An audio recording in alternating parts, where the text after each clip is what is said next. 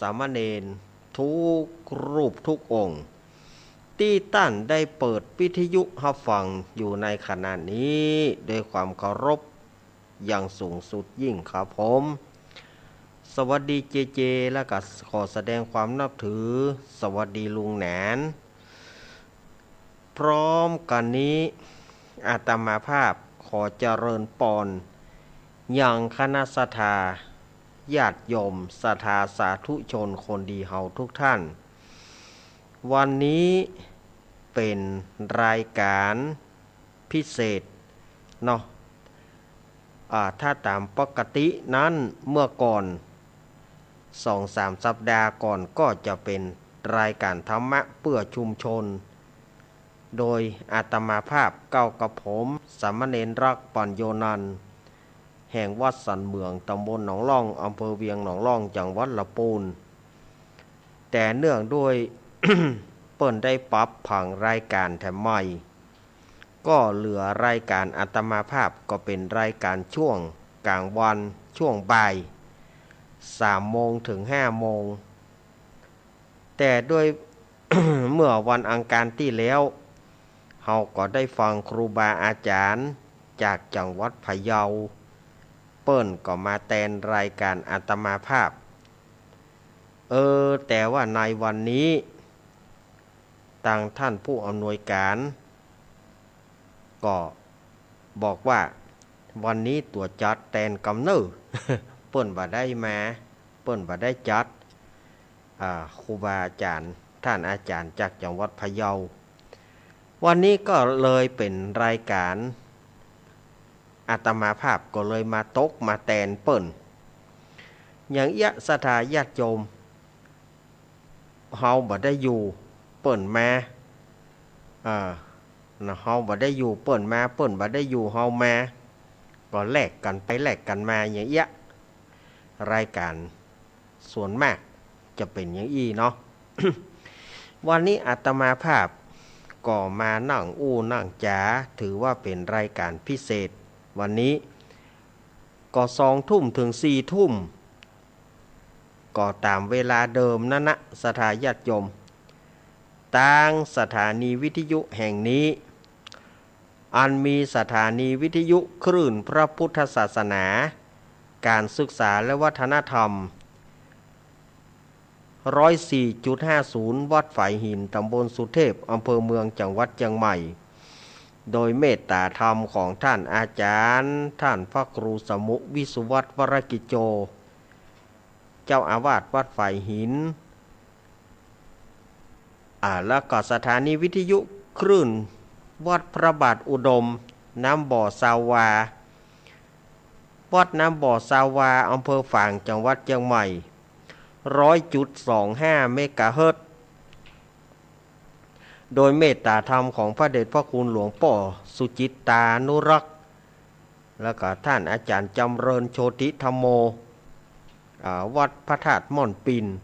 แล้วก็ตุปี้โจสถานีวิทยุห้วยตองสักเรดิโอธรรมะของชุมชน 98.75 เมกะเฮิรตซ์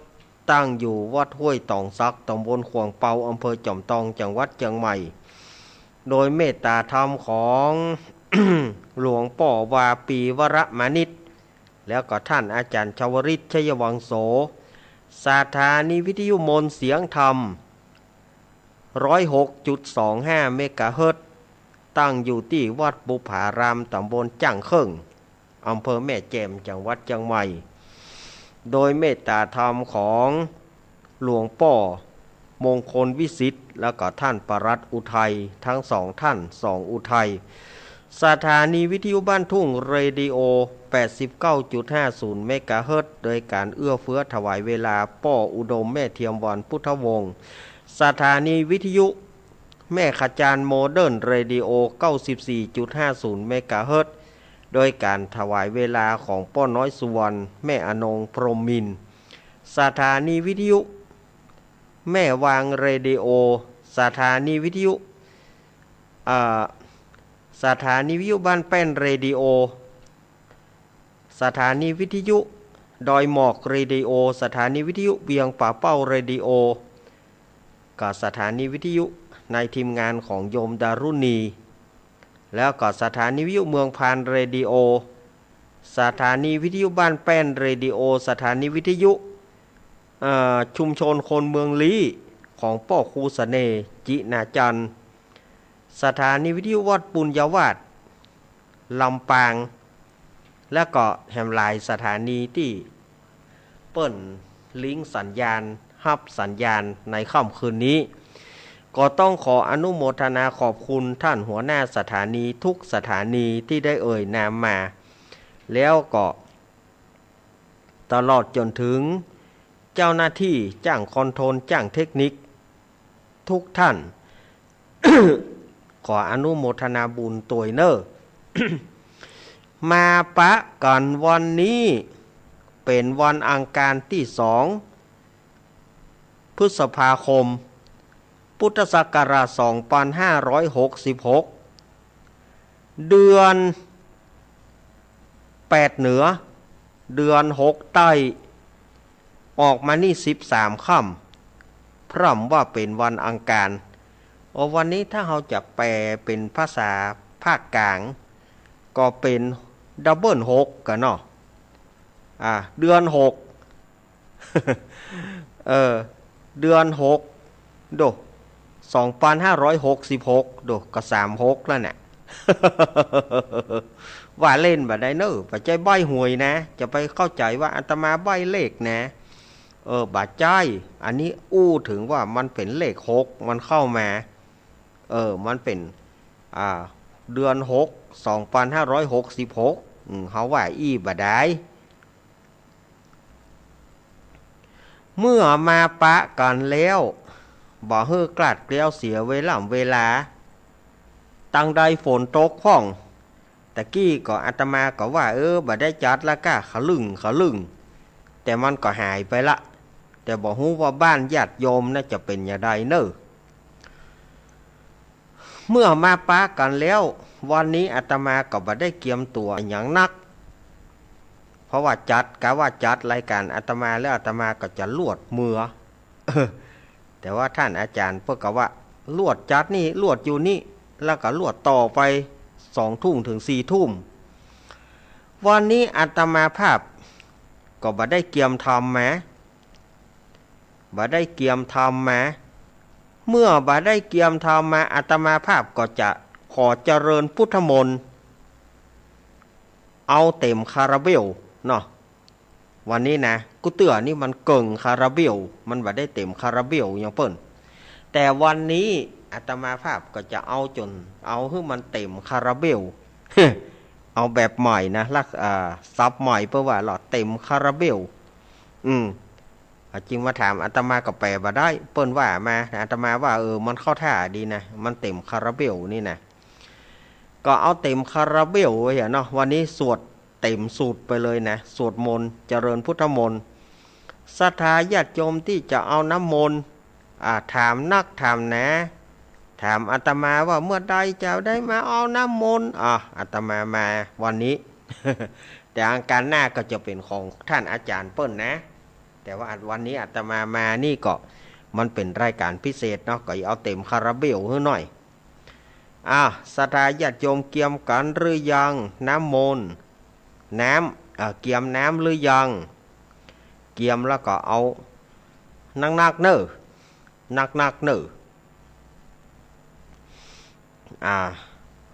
ก่อนอื่นก็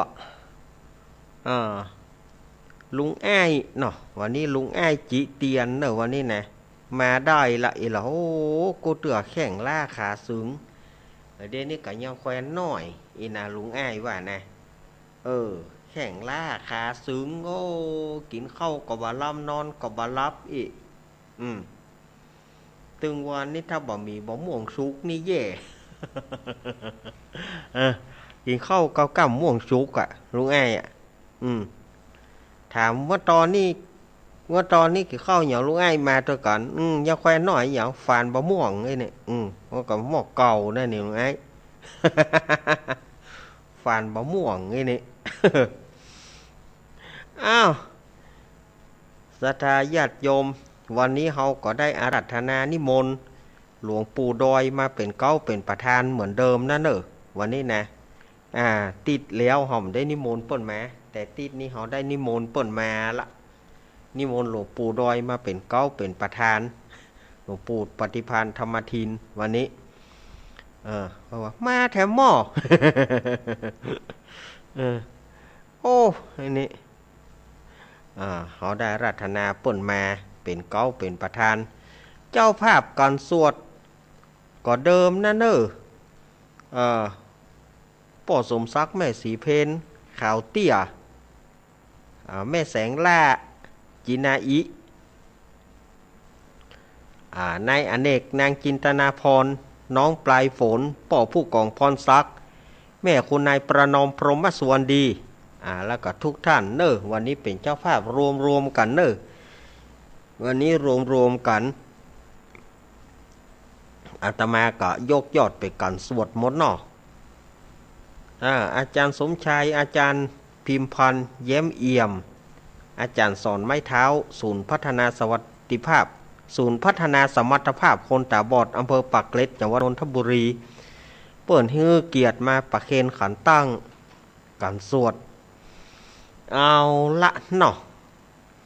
อาตมาภาพก็จะได้เริ่มสวดมนต์ศรัทธาญาติโยมก็ตั้งจิตตั้งใจเนอะเอาละกราบพระพร้อมกันกราบหนึ่งกราบสองกราบสามอรหังสัมมาสัมพุทโธภะคะวาพุทธังภะคะวันตังอภิวาเทมิสวากขาโตภะคะวะตาธัมโมธัมมังนะมัสสามิสุปฏิปันโนภะคะวะโตสาวกสังโฆสังฆังนะมามิปริตวานเมตังสเมตาพัทันตาอเวกิตาจิตาปริตังพนันโตสักเคกาเมจารุเปกิริสิการตเตจันริเควิมาเนทีเปราเทจักเมตรุวนาคาเนอารัมวัตุมหิเกเตภูมาจยันตุเทวชรทรวิสเมยกคันทัพนาคาติทันตาสันติเกยังมุนิวรวจนังสาทโวเมสุนันโตธรรมสวนาการโรอายัมพัทันตาธรรมสวนาการโรอายัมพัทันตาธรรมสวนาการโรอายัมพัทันตาเอาศรัทธาญาติโยมเอาบาตรน้ำมนต์มาตะเวะเอาศรัทธาญาติโยมก็เข้ามาสู่ที่ซุ้มจัตตานี่เนอะซุ้มจัตตาจะไปฟังจักไฟเถอะเนอะจะไปฟังจักไฟเถอะทำบุญก้อยดึงถ้าบอกให้ดึงก้อยดึงนะโมตัสสะภะคะวะโตอะระหะโตสัมมาสัมพุทธัสสะนะโมตัสสะภะคะวะโตอะระหะโตสัมมาสัมพุทธัสสะนะโมตัสสะภะคะวะโตอะระหะโตสัมมาสัมพุทธัสสะพุทธังสารนังกัจฉามิธัมมังสารนังกัจฉามิสังฆังสารนังกัจฉามิทุติยัมปิพุทธังสารนังกัจฉามิทุติยัมปิธัมมังสารนังกัจฉามิทุติยัมปิสังฆังสารนังกัจฉามิตติยัมปิพุทธังสารนังกัจฉามิตติยัมปิธัมมังสารนังกัจฉามิตติยัมปิสังฆังสารนังกัจฉามิ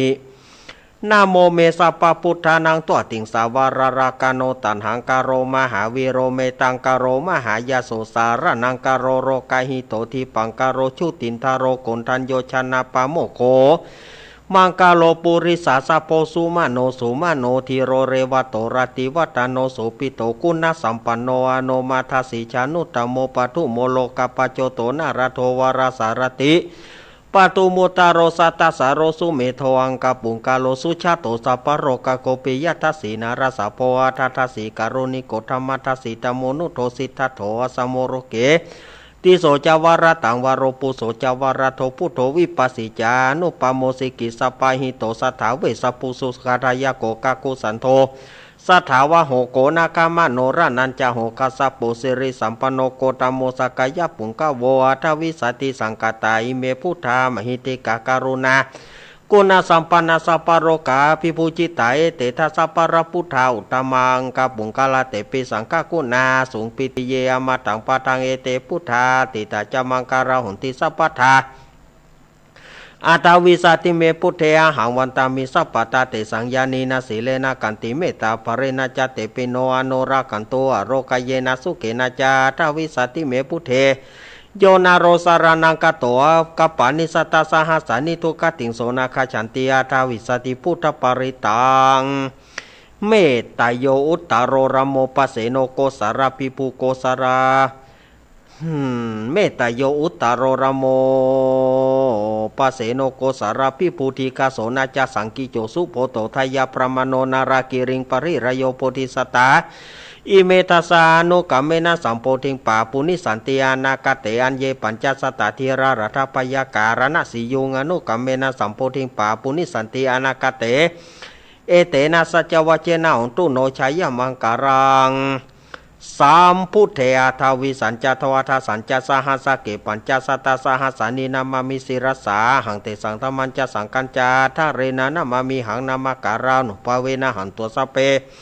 อุปัฏฐเวเนกาอันตรายปิวินาสันตุอาเสสตุสัมพุทเทปัญจปัญญาสัญจจตุวิสติสหัสเกทัสสะตสหัสานินามามิสิรสาหังเตสังธรรมัญจสังกัญจาทาเรนะนามามิหัง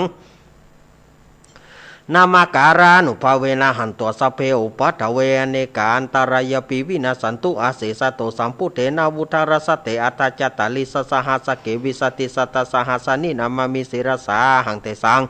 ตมันจะสังกัญจาทาเรนะนามามิหังนามาการานุภาเวนะหันตัวสเปอุปัฏฐเวเนกาอันตรายปิวินาสันตุอาเสสโต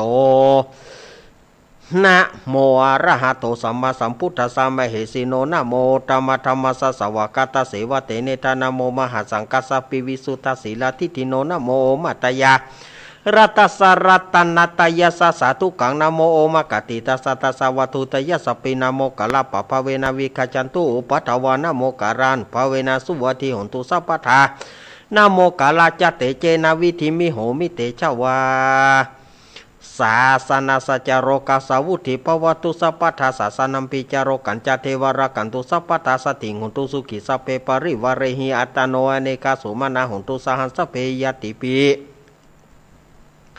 ราจะโตวะโจระโตวะมานุสะโตวะอามานุสะโตวะอากิโตวะอุตกะโตวะปิสัจโตวะขานุกะโตวะกันดากะโตวะนาคตะโตวะชนะปตโรกะโตวะนาคอาสัทธรรมโตวะสันทิติโตวะอาสปุริสะโตวะจันทาอาทิอาสมิกะโกนะกุกุลาหิวิยิกามานิสัมปติปิอาจตารสสุการามหิสายการะกาสติหินานาปยโตวะนานาโรกะโตวะนานาอุปัฏฐวะโตวะระคังคาหันโตปฏิฐานโตปฐายตาสะตากตาสะตาสะปารมิโยทัสสะอุปปารมิโยทัสสะปรมัทถปารมิโยปัญจมหาปริจเกติโสจาริยปัจฉิมภเวกาปวะกันติงจติงอภินิกามานังปทานจาริยังโพธิบัลลเกมาราวิชัยยังสัพพัญญุนไดยนาปฏิเวทังนาวาโลกุตระตัมเมติสัพเพปิเมพุทธกุเนอาวชิตวเวสาริยเตสุปาการันตาเรสุติยามารติงปริตังการอนโตอายะสมานันทเถโรวิยการุญญาจิตังอุปตปิตัวโกติงสัตตาสหัสสุจักวาเรสุเทวตายะสานัมปฏิการหันติยาจาเวสาริยัมปุเรโรกามนุสัตถุปิกะสัมปุตันติวิธัมปยังกิปมันตารทเปสีปริตันตัมภนามะเหอาเสวนาจะภารานังปันติตานาจะเสวนาปุจจะปุจเนยานังเอตัมมังการามุตตมังปฏิโลปเทสวะโสจะปุเพจกตปุญญาตาทัสมาปนิทิจะเอตัมมังการามุตตมังพาหุสัจจันจสิปัญจวินายโยจัสุสิกิโตสุภาสิตาจยวะจะเอตัมมังการามุตตมังมาตาปิตุอุปทานังพุทธตารสสังฆโหนากุราชกัมมันตะเอตัมมังการามุตตมังทานันจะธรรมจาริยันจะยตกานาจะสังฆโหนาวชานิกัมมันเอตัมมังการามุตตมัง อืมอารติวิรติปปามาชาปานาจสัญญโมปะมาโทจะธรรมิสุเอตมังการมุตตมังการโวจนิวัตโตจะสันตุติจะกตัญยุตกะเลนะธรรมสาวนาเอตมังการมุตตมังขันติจะโสวจะสตา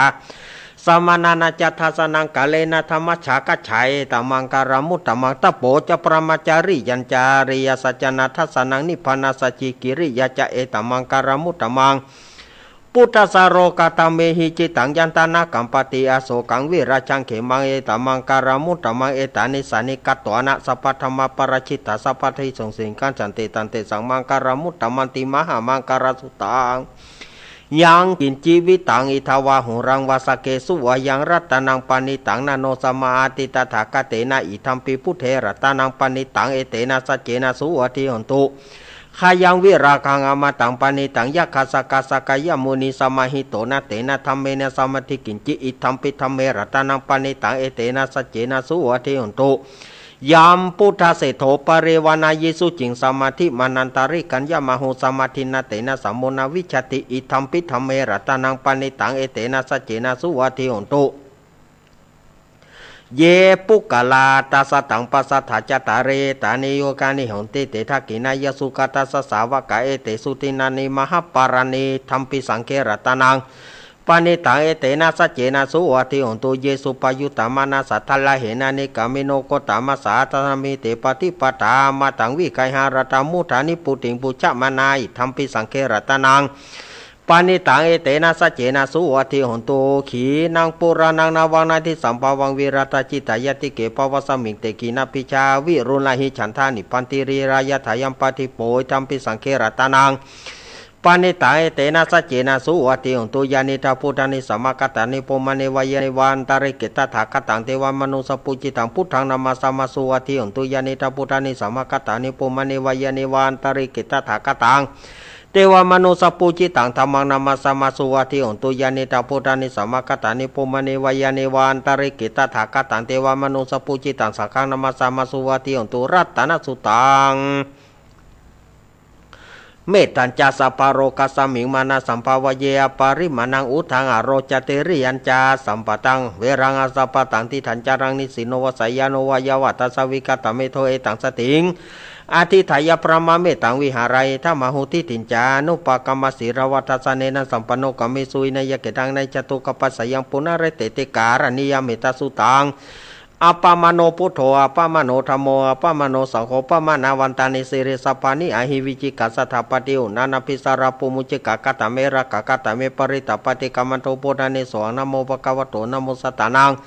สัมมาสัมพุทธานันติอิติปิโสภะคะวะอะระหังสัมมาสัมพุทโธวิจจารณะสัมปันโนสุขโตโรกาวิโตอนุตตโรปุริสัทธรรมสารถิสัทธาเทวมนุสสนังพุทโธภะคะวะติสวากาโต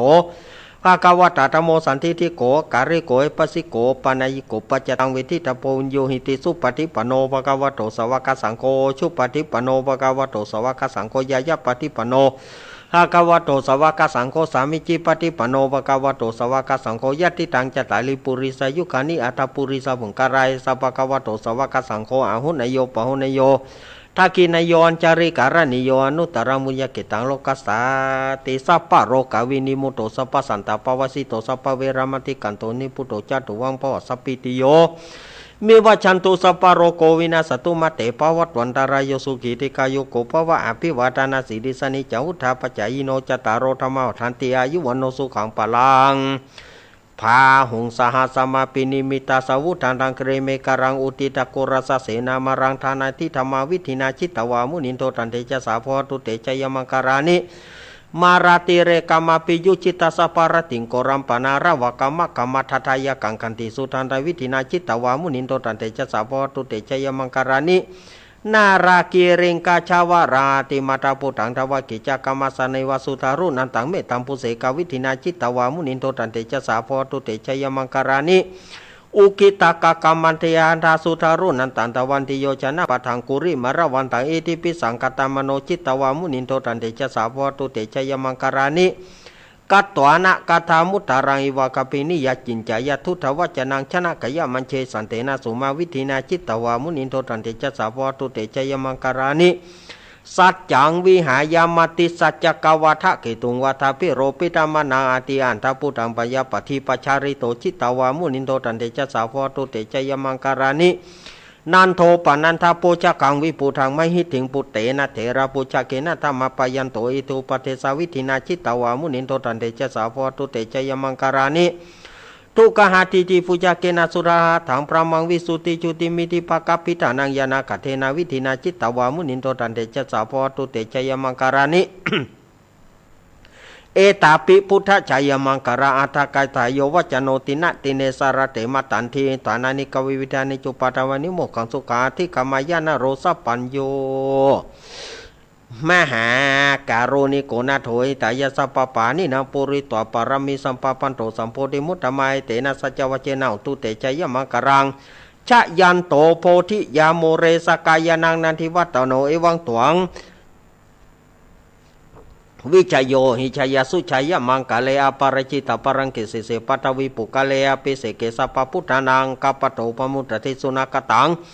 สุมังคารังสุปปะตังสุหติตังสุกาโนโสโมโหโตจสุยิถังปรมาจาริสุปทักกินากายกัมมวจักกัมมังปทักกินังปทักกินังมโนกัมมังปณิติเตปทักกินา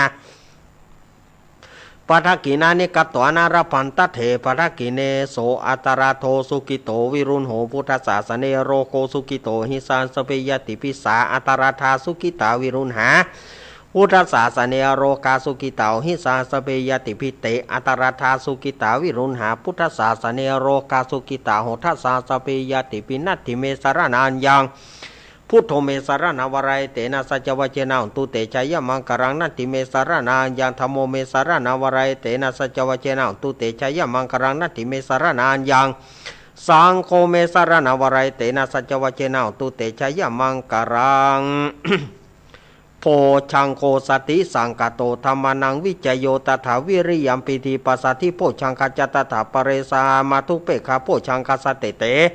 สัพพทัสสีนามุนินาสมารากตาปาวิตปาหุริกตาสังวัตติอภิญญายนิปานายเจ้าโพธิยายเตนะสัจวเจนะโสธิเตองตุสัพพทาเอกสัมมิงสมัยเยนะโถโมกลานันจักสปังกิลเนตุกิเตทิสวาโพชังเคสตะเทสยิเตจตังอภินันติตัวรุกามูจิงสุตังคเนเอเตนะสัจวเจนะโสธิเตองตุสัพพทา เอกถาธรรมราชาปิเครัญเยนะพิปิลิโตจุนทัเทเรนะตันเยวะพนาเปตวนาสาธารังสัมโมทิตวจะอาภาธาตัมหาวุธาสิธานาโสยเตนะสัจวเจนะโสธิเตองตุสัพพทาไปแนไตจะอาภาธาตินานัมปีมเหสินังมหาหาตกิเลสวะปตานุปติตัมมาตังเอเตนะสัจวเจนะโสธิเตองตุสัพพทายานตุนิมิตังว่ามังการัญเจยจามนาโปสกุณสัสสะโถปปะกะทุสุปินากันตังพุทธานภาวินาวินาสมิตุยันตุนิมิตังอาว่ามังการัญเจยจามนาโปสกุณสัสสะโถปปะกะทุสุปินากันธรรมานุภาวินาวินาสมิตุยันตุนิมิตังอาว่ามังการัญเจยจามนาโปสกุณสัสสะโถปปะกะทุสุปินากันตังสังฆานภาวินาวินาสมิตุ ยังกินจิรัตตานังโลเกวิจติวิวิตาพุทโธรัตนาพุทธสมานาติทัสมาสุถิงปวันตุเตยังกินจิรัตตานังโลเกวิจติวิวิตาพุทโธรัตนังธรรมะสมานาติทัสมาสุถิงปวันตุเตยังกินจิรัตตานังโลเกวิจติวิวิตาพุทโธรัตนังสังฆสมานาติทัสมาสุถิงปวันตุเตพุทโธมังคลาสัมพุทโธสัมพุทโธทิปัตตุธัมโมพุทธมังคลามังคมัสสะปะทุกขาปมุญจเลธัมโมมังคลาสัมพุทโธคัมปิโลทุทัสโสอนุธัมมังคลามังคมัสสะปะพญาปุญจเลสังโฆมังคลาสัมพุทโธวราทกินโยอนุตตโรสังฆมังคลามังคมัสสะปะโรกาปมุญจเลอมติปะสหมังสะดามเทียนก้าวัดวาลุกเป็นเปลวไฟสรีกันใจกูเทียนนี้ปราบเมืองผีมากูดาวบ่ฮุกี้เจนเต้าปราบกินมา101ภาษากูก็ปราบได้ใต้พื้นฟ้าเหนือหน้าแผ่นดินเกาลิ้นกูเป็นน้ำเกากลางกูก็เป็นแม่น้ำใหญ่กูจอกออกไปท่วมหัวผีตายไปลิ้นกูก็เป็นดาบเทียนกาใต้ปืนฟ้ากูบอกกลัวสังอมสัพปะโตมังสวหายโอมเป็ดจะรำแผ่นดินดำไว้ว่าสายตาผีขาดกับหนีละคนดีกูเอาไว้นี่อย่าได้เอาไปตัวหมูสุต้านตั้งผีมารและผีเขนตั้งผียักษ์ผีเย็นอย่ามาไกลผียากร้ายจงหนีไปปันผีกุมพันและผีให้อันเตียวต้องพายจงรีบหนีไปอมสัพปะโตมังสวหาย สา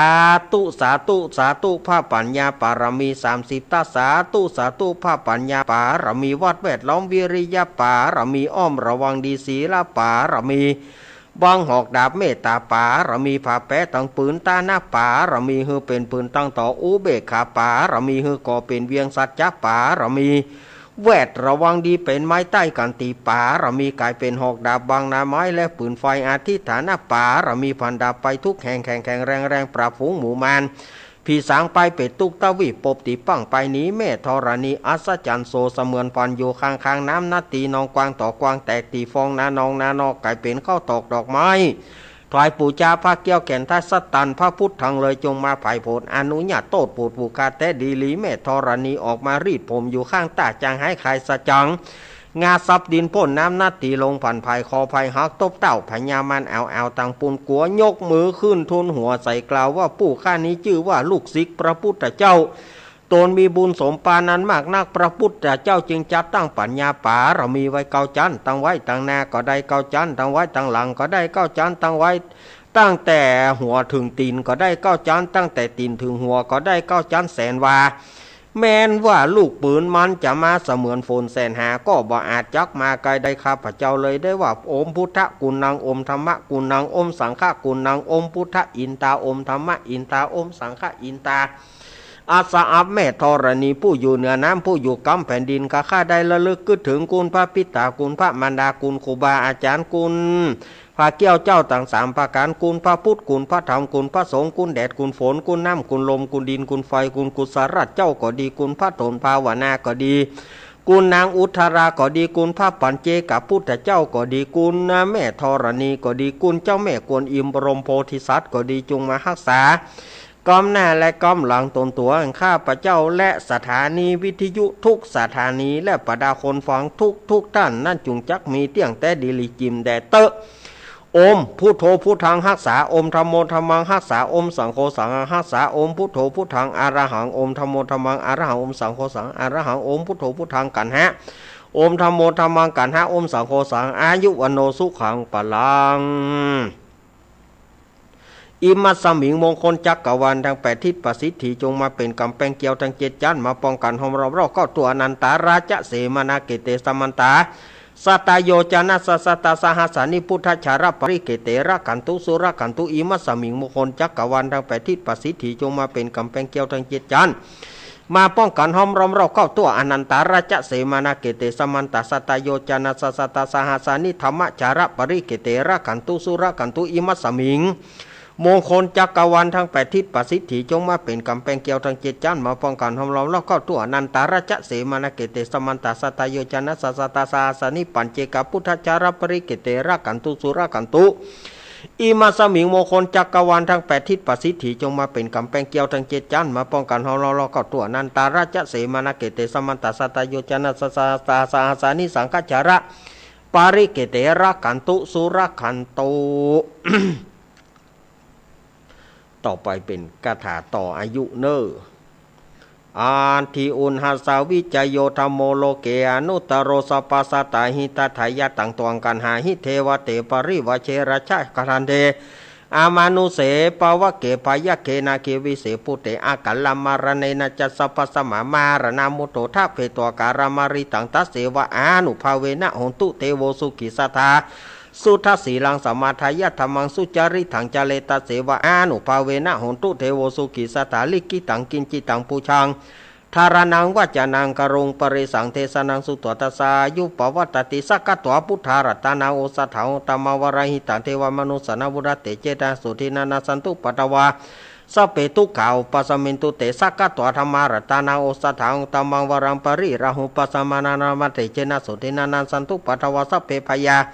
โอปัสมินตุเตสักกตัวสังขารตนาสัทธาตมังวรังอาหุนายังปะหุนายังสังคเตเจนะโสตินานาสันตุปตวสเปโรเกาปัสมินตุเตอินทชาตาเทวชาตาพรหมชาตามหาพรหมชาตาอิสิชาตามหาอิสิชาตามุนิชาตามหามุนิชาตาปุริสชาตามหาปุริสชาตาจักรวัติชาตามหาจักรวัติชาตาพุทธชาตาปัจเจกพุทธชาตาอรหันตชาตาสัพพทิวิชาตารานังชาตาสัพพโรกัจจริยานังชาตาสัพพโรกัทิปติยานังชาตาเตนะสัจวเชนะตุยหังสุอาทิอุนตุตุยหังสายะโอมนะโมพุทธัสสะโอมนะโมธรรมัสสะโอมนะโมสังฆัสสะสยะทิทังหูรูสวายะ อินทชาตาเทวชาตาพรหมชาตามหาพรหมชาตาอิสีชาตามหาอิสีชาตามุนิชาตามหามุนิชาตาปุริสชาตามหาปุริสชาตาจักรวัติชาตามหาจักรวัติชาตาพุทธจตาปัจเจกพุทธจตาอรหันตจตาสภัสติวิจตารานังจตาสัพพโรกัจจริยานังจตาสัพพโรกัทิปติยานังจตาเอเตนะสัจวเจนะตุยหังสุอธิอุนทุตุหังสายะโอมนะโมพุทธัสสะโอมนะโมธัมมัสสะโอมนะโมสังฆัสสะไสยติทังโหรูสวหายะอินทชตาเทวชตาพรหมชตามหาพรหมชตาอิสีชตามหาอิสีชตามุนีชาตามหามุนีชาตาปุริสชาตามหาปุริสชาตาจักรวัติชาตามหาจักรวัติชาตาพุทธชาตาปัจเจกพุทธชาตาอรหันตชาตาสภาสิทธิวิจตารานังชาตาสัพพโรกัจจริยานังชาตาสัพพโรกัทิปติยานังชาตาเอเตนะสัจวเจนะตุยหังสุอธิอุนทุตุยหังสายะโอมนะโมพุทธัสสะโอมนะโมธัมมัสสะโอมนะโมสังฆัสสะไสยะทิทังโหรูสหายะปุตตกาโมระเพปุตตังธนกาโมระเพทนังอธิกาเยกายยายะเทวนังปิยตังสุตวาอิติปิโสภควายมราชาโนท้าวเวสสุวรรณโนมรณังสุขังอรหังสุขโตนะโมพุทธายะจายาสนากาตาพุทธาเชตัวมารังสาวาหานังจตุสัจจังสพังรสังเยเปวิงสุนาราสาพัตันหังการาตโยพุทธาตาวิสตินายกาสเปปฏิติตาไมหังมาทาเกเตมุนิสารสิเสปฏิติโตไมหังพุทโธธรรมโมทวิโรจเนสังโฆปฏิติโตไมหังอุเรสภกุณาคโรอาทะเยเมอนุรุทโธสารีบุโตจะทักขิเนโกนทันโยปิติปากสมิงโมกการโนจวามเกทักขิเนสวะเนไมหังอสุงอนันทาราหุโรกัสสะปุจามหานาโมอุปาสุงวามาโสทะเกเกสันเตปิติปากสมิงสุริโยวะปะพังกโรนิสิโนสิริสัมปโนโสภิโตมุนิปุงกโวกุมลกัสสะโปเทโรมเหสีจิตวัฏโกโสไมหังวัฏเนเนจังปฏิตาสิกุณากโรปุโนอังกุลิมาโรจาอุบารินันทสีวเรเถระปัญจายเมชตานารเตเตระกัมมามาเสสสิติมหาเถระวิชิตาชินาสาวกะเอเตสิติมหาเถระจิตวันโตจิโนรสาจารันตสีระเตเจนะอังกัมมังคิสุสันติตารัตนังปุระโตอสิทธกิเนเมตสุตกังทัชคังปัจจโตอสิวะเมอังกุลิมารากังกันทะโมราปริตัญจอาตานาติยสุตกากาเสชาทานังอาสิเสสะปะกาลสันติตาชินานาวราสัญยุตสัตตตบการะรังกตาวตาปิตาทิสัญจตาปายราชตุปัทวาอาเสสาวินัยยังยันโตอนันตชินะเตชะสาวัสโตเมสกิเจนะสัทธาสัมพุทธปัญจเรชินะปัญจรมัชชัมหิวิหารันตังมหิตาเรสัทธาปริตุมังสเปเตมหาปุริสสัพพัยเจวะมันโตสุกุโตสุระโกชินานุภาเวนะชิตุปัทโวธรรมานุภาเวนะชิตาริสังโฆสังขานุภาเวนะชิตันตรายโยสธรรมานุภาวปริโตจารามิชินะปัญชเรติ ตุกปตาจเนตุขาปยปตาจเนปยโสกปตาจเนโสกาหุนตุสเปปิปานิโนเอตาวตาจะอัมเหหิสัมปตังบุญญสัมปตังสัพเปเตวานุโมตันตุสัพพสัมปติสิทธิยาทานังทะทันตุสัทไทยเสรารากันตุสัพพทาภาวนาปิราตาหุนตุขัจฉันตุเตวตากตาสัพเพพุทธาปรปัตตาปเจกันันจะยังพรังอรหันตานาเจเตเจนาระกังวันตามิสัพพโสสัพพพุทธานุภาเวนะสัพพธรรมานุภาเวนะสัพพสังฆานุภาเวนะพุทธรัตตานังธรรมรัตตานังสังฆรัตตานังตินังรัตตานานังอนุภาเวนะจตุรสีติสหัสธรรมขันธานุภาเวนะปิตกัตตยานุภาเวนะชินสาวกานุภาเวนะสัพเปเตโรกาสัพเปเตพยาสัพเปเตอันตรายาสัพเปเตอุปัฏฐวาสัพเปเตทุนิมิตาสัพเปเตอวมังกรวินาสันตุอายุวัฏโกธนวัฏโกสิริวัฏโกยัสสวัฏโกภารวัฏโกวันนวัฏโกสุขวัฏโกโหตุสัพพทาตุกโรกาปยาเวราโสกสันตุจุปัฏฐวานเนกันตรายปีวินาสันตุจเตจสาจยสิทธิฐานังลาพังสุธีภคยังสุขังปรังสิริอายุจวันโนจะโพคังวุฒิจยสวาสตวสาจะอายุจะชีวสิทธิพวันตุเตพวัตุสัพพมัง การังรักขันตุสัพพะเทวตาสัพพะพุทธานุภาเวนะสัทธาโสถิงภวันตุเตภวตุสัพพะมังการังรักขันตุสัพพะเทวตาสัพพะธัมมานุภาเวนะสัทธาโสถิงภวันตุเตภวตุสัพพะมังการังรักขันตุสัพพะเทวตาสัพพะสังฆานุภาเวนะสัทธาโสถิงภวันตุเตนักขตายากาปุตานังปปะกะหานิวรณาปริตสานุภาเวนะหันตัวเตสังปัทเวนะกตายากาปุตานังปปะกะหานิวรณาปริตสานุภาเวนะหันตัวเตสังปัทเวนักขตายากาปุตานังปปะกะหานิวรณาปริตสานุภาเวนะหันตัวเตสังอุปัฏฐเวอาโรกายาปารมาราภาสันทุถีปารมังทานังวิสาสังปารมายตินิปานังปารมังสุขังกราบหนึ่งกราบสองกราบสามเอ้าศรัทธาดึงไฟเนอะศรัทธาดึงไฟออกดึงไฟเลยศรัทธาญาติโยมที่มาจากกรุงเทพจักเลยนะจักไฟเลยนะจักให้มันปุดศรัทธาที่มาจากกรุงเทพจักให้มันปุดเลยจักสตึดสต๊อกเลยจักสต๊อกพึดนั่นแน่รู้จักสต๊อกไหมสต๊อกพึดอ้าวมูนูมูกามเฮ้ยมูนูมูกามหมู่ป้อเฮือนหนุ่มก็ดีเบาหมู่ละอ่อนหนุ่มก็ดีมาช่วยกันเอาซุ้มนี้ออกไปกำเอาซุ้มจะตานี้ออกไปกำนื้อเอาซุ้มจะตานี้ออกไปทางนอกกำมันเติก เอาออกไปนอกเอาออกไปนอกเอาออกไปนอกเลยศรัทธาญาติโยมก็เลี้ยงแถวก็เข้ามาหาหลวงปู่เลี้ยงแถวเข้ามาเลี้ยงแถวก่อนเข้ามาเลี้ยงแถวจะไปฮึบหลวงปู่นักห้อนก็ห้อนขี้แห่ก็เหม็นฮึบใส่หลวงปู่เป็นลมยุ่งเนอะมาไปโตดไปด่าห้อนก็ห้อนขี้แห่ก็เหม็นเดี๋ยวศรัทธาญาติโยมแบ่งกันเอามาเป็นแถวไปแถวตัดครูบาอาจารย์รูปใดก็เอาไฟให้เปิ้นมัดมือเลยบ่ต้องรอหลวงปู่คนเดียวอิดหลวงปู่อิดเปิ้นนั่นมานั่นเลยให้กับตั้งเน้นพอพ้องกะเน้นพอพ้องกะเน้นนี่บ่ดูแลเปิ้นพ้องนะได้เป็นปากนะเน้นนะ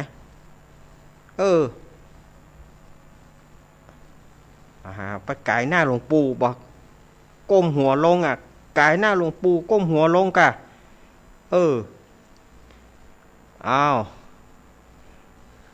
อาราธนาหลวงปู่มัดมือครับพุทโธมังกาลาสัมพุท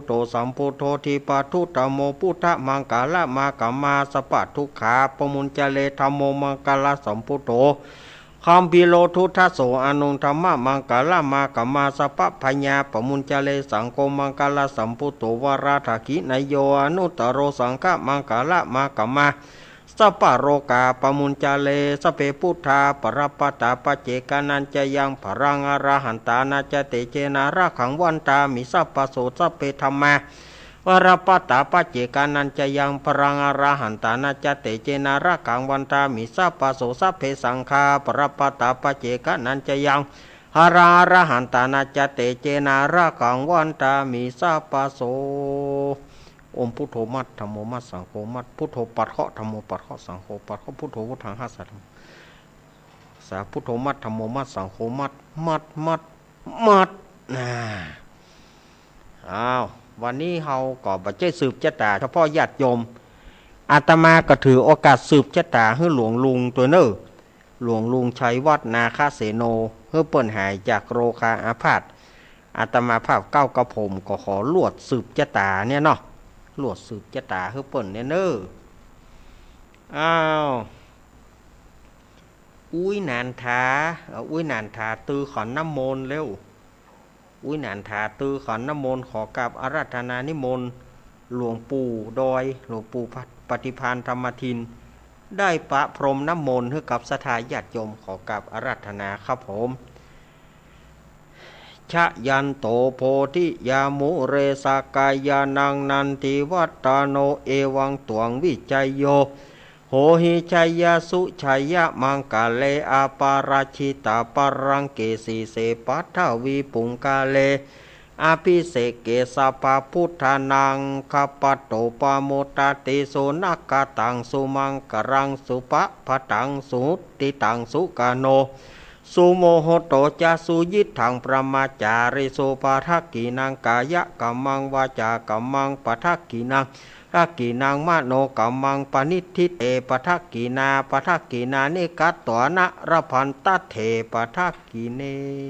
สาธุสาธุสาธุเอาศรัทธาญาติโยม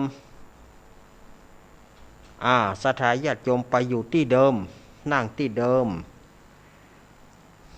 เอาละต่อไปนี้ก็จะเป็นการประเคนวัตถุไตรยทานเนอะวันนี้นะวัตถุไตรยทานป้อสมศักดิ์แม่สีเพนแม่แสงล่านายอเนกนางจินตนาพรน้องปลายฝนถ้ามีแถมคนก็น้องต้นหนาวป่อผู้กองพรศักดิ์แม่คุณนายประนอมมาเลยนึเอามาเลยประเคนป่อเมืองเกี้ยวแม่มาลีนางสาวใสฝนกันทาส้มมาประเคนแม่ปุ้ยบางปัญโยนันป่อหลวงทาปัญโยนันแม่บุญปานอูบคำแม่คำอูบคำจ้างกระดาษมาเลยแม่บุญปอนใจแข็งหน่อยแม่ใจแข็งหน่อยอีแม่จะมาได้วันไหนลุงเน้นได้กะอีแม่ไปนอกแม่ยังนั่งได้ มาประเคนพี่จันทรปามีบลมบ้านเราเมียวพี่จันทรป้อหมอเสียงรอเฮาตัวเนอะป้อหมอเสียงรอเนาะป้อหมอเสียงรอมาประเคนเนอะประเคนนี่บ่ประเคนนี่เนอะป้อหมอเนอะอันนี้เสียงป้อหมอเสียงรอเนาะน่ากะหูแล้วนะเอาป้อหมอประเคนนี่ก่อนเนอะ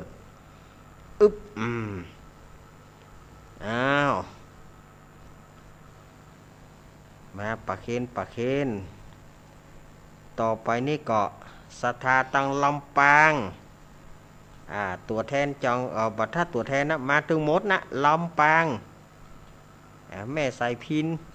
สปะอาตมาภาพขอยกผลบุญนิตานไปหาป้อน้อยผลด้วยเนอตานไปหาป้อน้อยผลที่เปิ้นล่วงรับดับขันไปเนอขอป้อน้อยผลได้รับผลบุญกุศลเนาะอาตมากเสียใจบ่ได้ไปห่วมงานเปิ้นเพราะว่างานวันกวมงานวัดอาตมาพอดีเนาะป้อน้อยเสียเนาะป้อน้อยหนุ่มผาจ้อมาป้อลุงแหนนมาป้อลุงแหนนมาเลยประเคนพี่น้องเวียงป่าเป้าจังหวัดเชียงไฮ้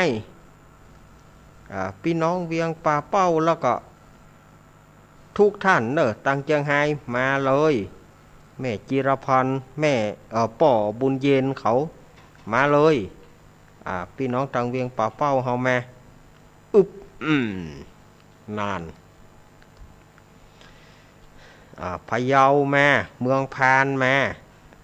น่านมาป้อนานประเสริฐเป็นตัวแทน ป้อนานประเสริฐเป็นตัวแทนเนอะมาเลยลำปางเชียงไฮ้พะเยาแป่น่านเนาะมาแล้วนะต่อไปฝางแม่อายชัยปราการฝางแม่อายชัยปราการมาเลยฝางแม่อายชัยปราการแม่สีทรแม่สวรักษ์ต้องฝางแถมแม่อายชัยปราการมาเลย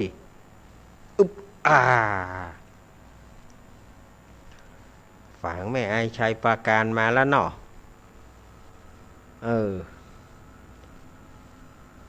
แม่สุกเกี้ยวสอนศรีนุสรแม่สุกเกี้ยวคำอ้วนแม่สุกเกี้ยวเปรกัญญาดูมาเกี้ยวทั้งนั้นแม่เกี้ยวอวดร่างแม่เกี้ยวสิงเกี้ยวดูเอาเกี้ยวทั้งนั้น อึบเกี้ยวสารพัดนึก ทีมงานธรรมะคลายเครียดนำโดยโยมปี้พิสมัยวิไรศักดิ์ลุงหนุ่ยสว่างเมฆมาเลยเนอแม่พรป่าเศร้าแม่พรป่าเศร้าไอ้พงป่าซางไอ้เอกพะเยาแม่พลอยแม่สุพิษแม่ย่อย แม่หลวงเจ็ดยอดมาลุงนุยไอ้นึกมาเลยมาประเคนหมดเลยตั้งทีมงานธรรมะคลายเครียดเฮาแม่บุญกมาหรือยังแม่บุญมาค่าอีกอะ แม่บุญกมาหรือยังมาค่าส่งเสียงตัวหอมหอน เอามาเลยทีมงานธรรมะคลายเครียดทุกท่านเนอะปีสองสีจันตูนแม่อารีต้นเปาป้าสุรีเริงใจมาทีมงานที่เป็นทีมงานธรรมะคลายเครียดมาหมดเลยยายพรร้องวัวแดงสันกำแพงเชียงใหม่ยายพรก็ขอเกณฑ์เฮ้ยแม่กำช่วยตัวเองมาเฮ้ได้เอามาด้วยบุญพอหรอจะเอาบุญมันเอายากขนาดไหนแม่ยายต้องมาคนเดียว อ้าวเขคนเท่าของวันนี้นะเอา1 2 3กรุ๊ปตังลีเนอพ่อครูเสน่ห์จีนาจันพ่ออุดมแม่เทียมวันพ่อน้อยสุวรรณแม่อนงทีมงานของโยมดารุณีเจ้าของสถานีทุกสถานีเนอะมาเลยประเคนหมดเลยอึบแม่น้อมสุภาวงศ์แม่น้อมสุภาวงศ์มาหรือยังมาค่ะ แม่น้อมสีเตี่ยปูเลย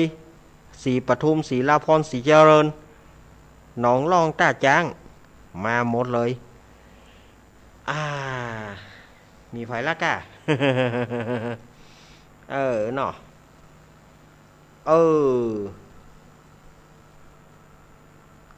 มีอยู่มีก็เข้ามาเนอะทีมงานของเฮานี่นะบ่วิทย์บ่ขาดไผละกะถ้าว่าวิทย์บ่ขาดก็สุมาอภัยเนอะแต่ก็เหมือนกับตัวท่านเกณฑ์นั่นเนอะเหมือนกับตัวท่านมาประเคนนั่นนะไม่เกี่ยวยาวามาเลยไม่เกี่ยวมาประเคไม่เกี่ยวมาประเคมาไผช่วยไม่เกี่ยวกำมาเลยแม่กันดาสีเนตรน้องเบี้ยวมาเนี่ยแม่กันดาสีเนตรน้องเบี้ยวมาเลย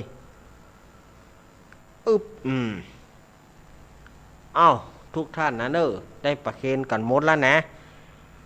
อาตมาขอเมตตาศรัทธาสัก1 นาที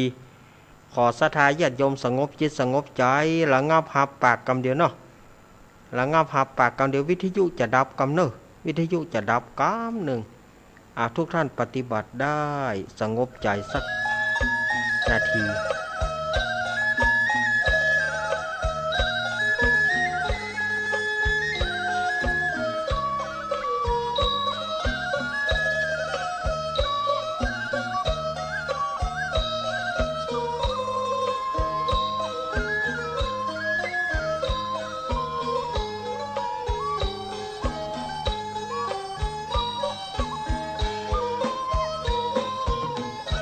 เอาละบอขอบคุณเนอะเมตตาขอบคุณสถาญาติโยมเนาะต่อไปนี้บุญใดกุศลใดที่ท่านได้ทานจะทานไว้กับตนตัวภายภาคหน้าทานไว้กับเทวบุตรเทวดาพ่อเกิดไม่เกิดปู่แทนย่าแทนเจ้ากรรมนายเวรอันใดก็ดีทานไปถึงสัพพวสัตว์สัพพผีสัพพเพศที่ได้รับทุกขเวทเวทนาวันนี้ท่านได้โจกก็ขอให้ท่านได้โจกตลอดไปทุก เดือนเนาะท่านได้โจกตลอดทุกเดือนเนอะวันนี้ผอยได้โจกพ่องคนใดได้โจกก็อาตมาขออนุโมทนาคนใดบ่ได้โจกก็อาตมาก็ขออนุโมทนาบุญ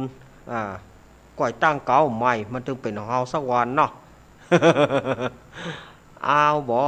ปอนเนอร์ยะถาวริวหาปุราปริปุเรนติสาครังเอวะเมวะอิโตทินังเปตานังอุปคปติอิชิตังปฏิตังตุมหังคิปะเมวะสมิสตุสัพเปปุเรนตุสังกปาจันโทปนารโสยถามณีโชติรโสยถาสัพปีติโยมิวัชันตุสัพพโรโกวินาสตุมาเตภวัตวันตารายโยสุขีติกายุโกภวะภิวาทนาสิริสนิจังวุธาปจายโนจตารโรธรรมาวัฏันติอายุวโนสุขังภาลังสาธุเอาวันนี้เอาวันตาหลวงแบบฉบับละปูนเนาะ วันตาหลวงฉบับละปูนเนาะวันตามีพุทธังสัปะเมวะโตสังฆมันทะเมพันเตวันตามิธัมมังสัปปะเมวะโตสังฆมันทะเมพันเตวันตามิสังฆังสัปปะเมวะโตสังฆมันทะเมพันเตวันตามิคารุปัชชัยยะจาริเยสัปปะเมวะโตสังฆมันทะเมพันเตวันตามิอารามเมพัทธสีมายสัตอารามเมพัทธสีมังสัปปะเมวะโตสังฆมันทะเมพันเตวันตามิเจติยังสัมปันธานิสุปฏิทิตาสเรราตาตุโยมะหาโพธิงสาการังพุทธโรปังสันดานะกาโรเกเตวะโลเกพรหมะโลเกชมพูทิเปรังกาทิเปสเรราธาตุโยเกสาธาตุโยอรหันสาตุโยเจติยังคันทากุติงจตุราสีสหัสเสธรรมกันเตสะเปสัมปาทาเจติยันจะอาหังวันตามิสัพปะโสอ้าววันตาน้อยครูบาอาจารย์วันตามิพันเตสะปังอาปาราทังกามันทะเมพันเตมายะตังปุญญังสามินานุโมทิตาปังสามินากตังปุญญังไมหังทาตาปังสาธุสาธุอนุโมทามิสาธุอ้าวละศรัทธาญาติโยมตั้งหลายนี่ก็การเจริญพุทธมนต์สวดมนต์เพื่อสัสดีมงคลศรัทธาญาติโยมตั้งหลายแล้วก็อาตมาภาพก็ขอบุญนี้ไปเติมแท่งหลวงลุงชัยวัฒนาคเสโนให้หายจากโรคาอาพาธณปัจจุบันนี้เนอก่อนที่อาตมาภาพจะเสนอสาระต่างๆก็ประกาศกันเนอวันพุธนี้ วันที่3แล้วก็วันที่4วันที่3ก็เป็นวันเริ่มงานของวัดพระธาตุดอยน้อยตำบลดอยหล่ออำเภอดอยหล่อจังหวัดเชียงใหม่เปิ้นก็จะมีการสลงน้ำพระธาตุดอยน้อยปันปีรถดีแคนตะลุกลำใหญ่กวางโจรเรื่องจื่อลือไก่กองใหญ่สืบสานประเพณีเปิ้นจะสลงน้ำธาตุในวันฮือก็คือวันที่4นี่เนาะมันหลายที่หลายต่างเนอะคณะสัตยาติโยมบอกว่าจะเป็นวัดพระธาตุหาริพูนชัยวัดพระธาตุดอยน้อยวัดไซมูลแล้วก็หลายวัดหลายวาแม่เทยลีก็มีเนอะวัดแม่เทยอำเภอลีสถาบันอาตมาก็จะไปกันนะวัดแม่เทยเนาะเพราะว่าเจ้าอาวาสบ้านเก่าบ้านเงาเปิ้นอยู่แม่เทยนะนี่ก็ศรัทธาญาติโยมตั้งสันเมืองก็จะไปกันอาตมาก็ตั้งพระธาตุดอยน้อยก็เป็นงานครูบาอาจารย์ก็คงจะได้มาที่เพเหีย คงจะได้มาที่เพเหียงานของครูบาอาจารย์แต่เลี่ยงจังใดก็บ่ได้น้องเบี้ยวก็จวนไปว่าไซมูลวันเดียวกันเหียนะหลายงงหลายงานน้องเบี้ยวก็จวนไปวัดไซมูลวัดของหลวงพ่อสังวรศิลาภิรักษ์มันเป็นวันเดียวกันนั่นนะขยกขยแยกอันใดพอบ่ได้ งานก็นักแต่เนาะนี่ก็แจ้งงานประชาสัมพันธ์งานเนาะวันนี้อาตมาภาพก็จะมาเล่านิทานให้ฟังวันนี้นะเขาจะเปิดสายเจ้าก็เปิ้นว่าแต่เหมาะแต่เปิดสายล่าหน่อยก็เป็นอย่างนอวันนี้อาตมาภาพก็จะได้นำเอาเรื่องศีลห้าเรื่องศีลห้าเดิมทีนะวัดนี้บ้านสถาบ้านนี้นะสถาบ้านนี้บ่มีไผที่จะเป็นบ่เคยมีไผทำบุญเป็นแต่เป็นว่ามีแต่การคดการโกงการกินเหล้าเมายาการอันอย่างต่างๆบ้านนี้ก็ศรัทธาญาติโยมพี่น้องเจ้าบ้านก็บ่ได้ทำบุญทำทานกันมีแต่อบายมุข กินเหล้าเมายาส่วนเสเฮฮากันเล่นการพนันกันเป็นส่วนใหญ่เนี่ยในบ้านนี้มีครั้งนั้นก็ได้มีสามเณรรูปหนึ่ง สามเณรรูปนี้เปิ้นก็อยู่กับวัดเนี่ยนะอยู่ที่วัดเนี่ยเปิ้นก็หันว่าศรัทธาญาติโยมบ่เคยมีไผมาทำบุญเฮาจะเงียจะใดจะไปอู้เปิ้นก็จะว่าก็เลยจะสอนทางอ้อมนะสามเณรจะสอนทางอ้อมวันหนึ่งสามเณรรูปนี้ก็ไปที่บ้านกายไปในหมู่บ้านนั้นนะกายไปบ้านหนึ่งบ้านหลังหนึ่งนะกำลังโจรไก่กันพูดส่วนเสเฮฮากันโจรไก่เอาปูเหลืองบะแนวปูเราเก็ดปอบ เอาเลยปูเหลืองบะแนวต้องเอาเลยล่ะปูเหลืองบะแนวหรอถ้าได้ปูเหลืองใส่ส้มบะแนวแก่เนาะ ปูเราเก็ดปอบเป็นเขาว่าอย่างมันเก็บเข้าถ้วยออกจอนอย่างแม่เอื้องคำว่านะเนาะ ขอโทษเนอะแนมแม่เอื้องเนาะมันเก็บเข้าถ้วยออกจอนนะกันเนาะ ถ้าเขาโจรไก่กันนะโจรไก่กันยากขมักขม้นพ่องก็ว่าถ้าไก่ตัวได้การก็จะลาบตัวได้การก็จะลาบโจรไก่กับขมักขม้นโลกสามเณรก็ไปจุกอยู่สถานญาติโยมเนนรูปนี้บ่ใช่เนนน้อยนะเป็นเนนใหญ่ใกล้จะดีบวชละก็ไปจุกพ่อเปิ้นขณะที่เขากำลังใส่เงินกันจนเป็นจนตายนั่นนะใส่เงินกันจนว่าปดหน้าเป็นหน้าตายเนาะใส่เงินกันพ่องก็ว่าก็มันการก็จะฆ่าละไก่ตัวนี้ขี้ค้านเลี้ยงสามเณรก็ไปจุกอยู่ประตูบ้านเปิ้นไปหานละอย่างได้ดีก็เลยปั่นศีลออกมาข้อหนึ่ง สามเณรนี่นะปั่นศีลออกมาข้อหนึ่ง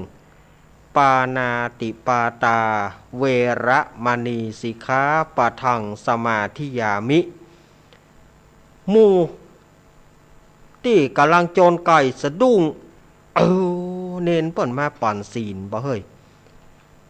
ปานาติปาตาห้ามฆ่าสัตว์ โอ้เฮาขอโจรไก่นี่ก็โอ้เอาเป็นเอาตายพอละก็เลยปากันอุ้มไก่ไผ่ไก่มันปิกพ่องก็ปล่อยไก่ไปเหียปิกบ้านปิกจองสามเณรก็เดินทางไปแถมก็ไปบ้านหลังหนึ่งขณะที่กายไปบ้านหลังหนึ่งก็หันขโมยกำลังปีนหน้าต่างปีนหัวปีนหน้าต่างเพื่อจะเข้าไปลักของ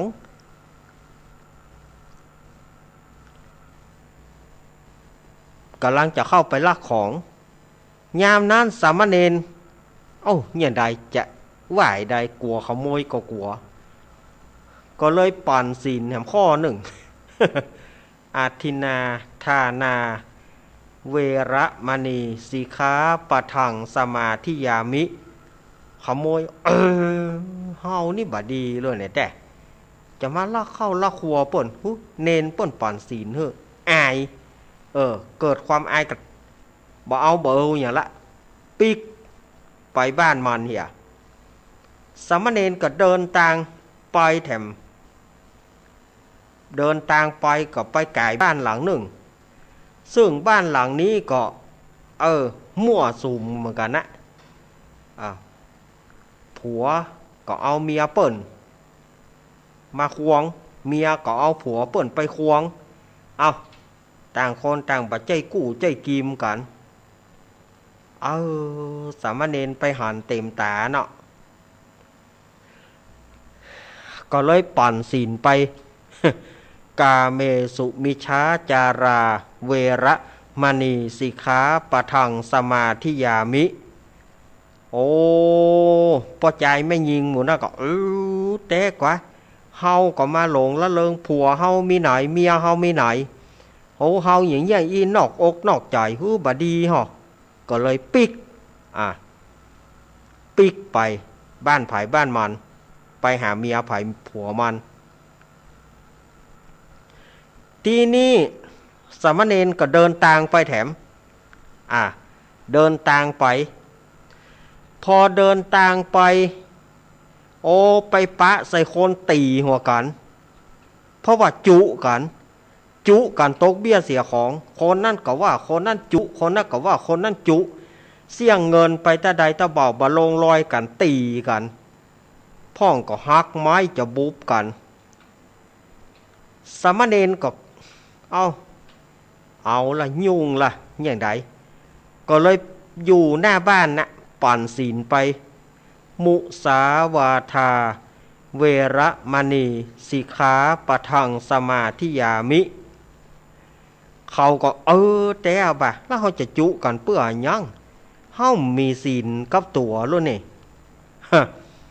ปิกบ้านไผ่บ้านมันกันนั่นจนปอแรงอ้อยจ้อยละตะวันกาบเกี่ยวละสามเณรก็เดินไปร้านอาแปะไปไก่ร้านเหล้าอาแปะเขากำลังสั่งเหล้าอาแปะกิน เขากำลังสั่งเหล้าอาแปะอาแปะสั่งเหล้าพ่องก็เอาเป็นตองพ่องก็เอาเป็นขวดนั่งสั่งเหล้ากันอาแปะก็กำลังจะไปขายเหล้าสามเณรอันนี้ร้านเหล้าเลยเนี่ยเขากำลังกินเหล้าก็ได้จะเกิดเรื่องอะไรอย่างเกิดเรื่องหายกับเขาลูกสามเณรก็ไปยืนอยู่หน้าร้านก็เลยจ้างเนี่ยใดนะไปปั่นศีลสถาญาติโยมสุราเมระยะมัชฌปมาทัฏฐานาเวระมณีสิกขาปะทังสมาธิยามิเขาก็แต่เฮาไปกินเหล้าก็บ่ได้เนี่ยแต่ก็จ่ายตังค์เฮ้อแปะเอาบ่เอาละเหล้า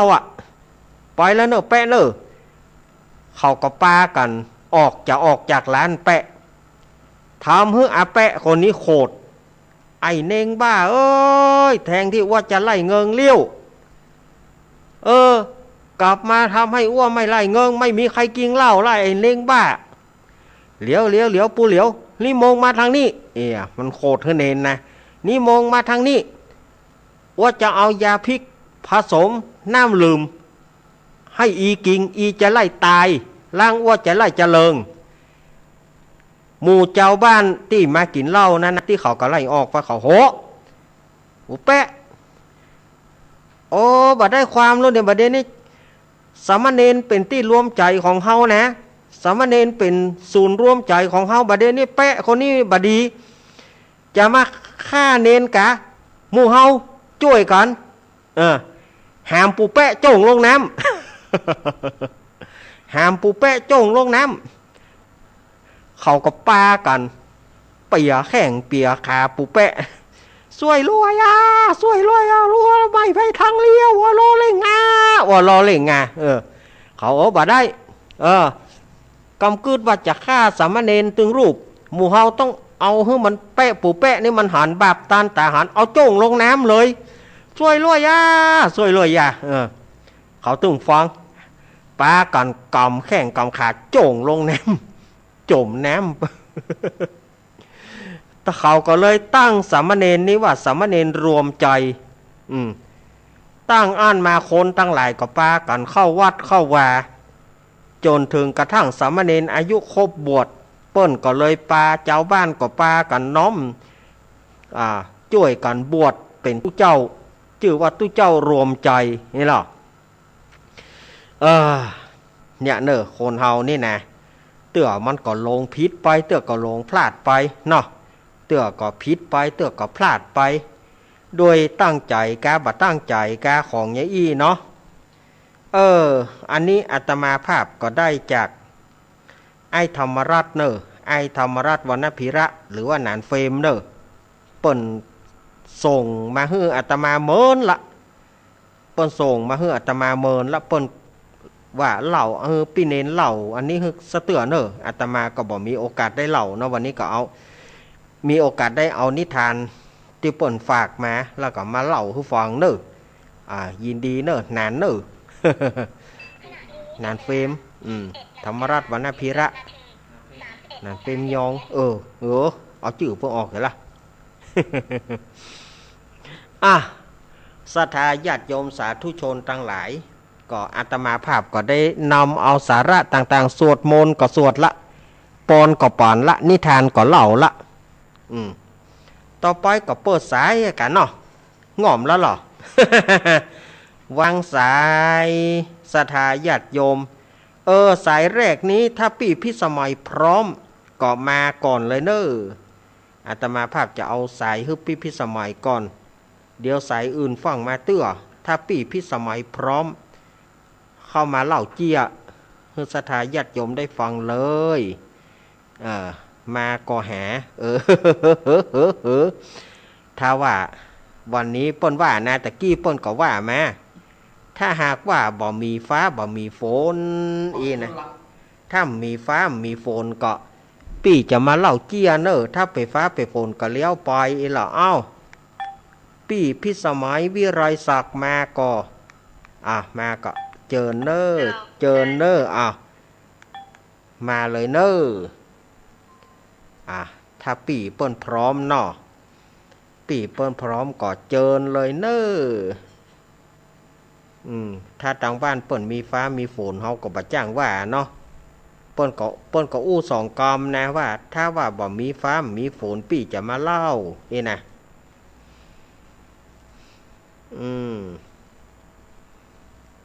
ว่าจะด้อยมาก็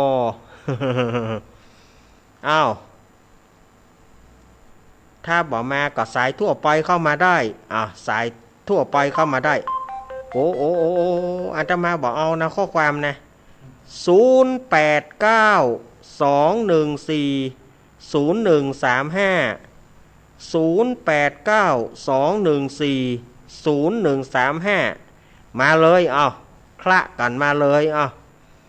อาตมาจะอนุญาตให้ศรัทธาญาติโยมได้โทรเข้ามาเนอะ0892140135เจริญปอน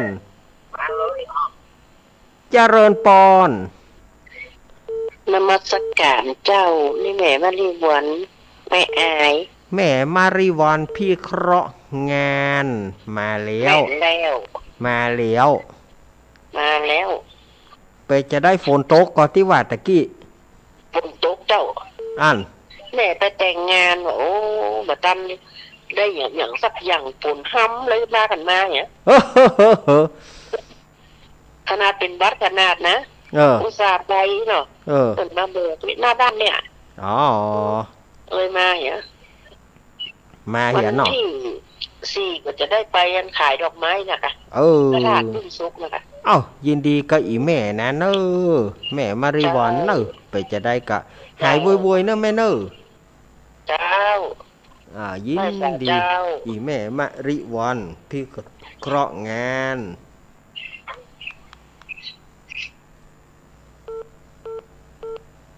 มาเลยจะเริญปอนไม่ใช่เดินเล่นเห็นคือสู้ชีวิตเด้อแม่เพนคนสู้ชีวิตมาแล้วมาแล้วเด้อมาแล้วมันหอนที่ฟ้าห้องอยู่ที่กอมนั่นมันมาตกเด้อเน้นมาตกเนาะจ้าเน้นลืมเพิ่นเจอวันเด้อ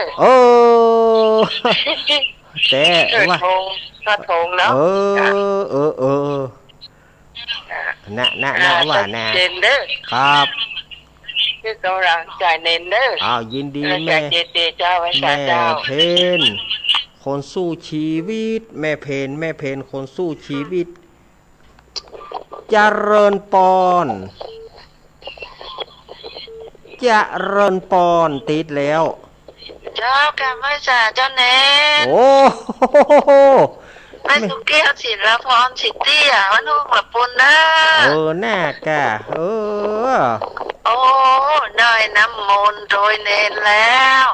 ได้ปอนได้ฟังนิทานโดยเนนแล้วนะเจ้าครับโอ้เป็นนิมนต์ดีงานพี่สมัยไปได้มาสกรรมแต่น่ากะบ้านเปิ่นถ้าจะมีฟ้ามีฝนนะเน้นฟังอยู่เด้อกลับไปสาแล้วเน้นเจ้าสาธุเจ้าแม่สุกแก้วศรีราพรโอ้ยอีแม่ต้องพัดลมอย่าพัดลมแตะพัดลมว่าอีแม่เฮ้ยแม่สุกแก้ววางสายให้กำกะจะเริญปอนกราบไหว้สาเจ้าลูกเนนมาแล้วเนอะแม่สีทอนเจ้ามาแล้วน้ำมนต์ก็ได้เรียบร้อยแล้วเจ้าได้แล้วฝนตกก่อนเนี่ยตั้งฟางฝนตกก็ตั้งฟางใช้ประการตกยังพระแต่ยางมาแล้วกำลังยางมานี่ตกจะดีจุ่มเย็นดีลูกเนนพี่ปาทางเจริญโตกับเจ้าบ่มีกะฟ้าห้องบ่ได้ขลึงตกดีตกงามบ่มีฟ้าห้องเลยดีละอีแม่เฮยเจ้าดีแล้วเนอะเน้นผู้ตังดงครับเจ้าตั้งใจไปเด้อยินดีแม่สีทอนไว้สาเจ้าครับเปิ้นว่าเปิ้นได้หารแม่สีทอนละอีหรอเปิ้นว่านะญาติโยมเปิ้นได้หารนะเจริญปอน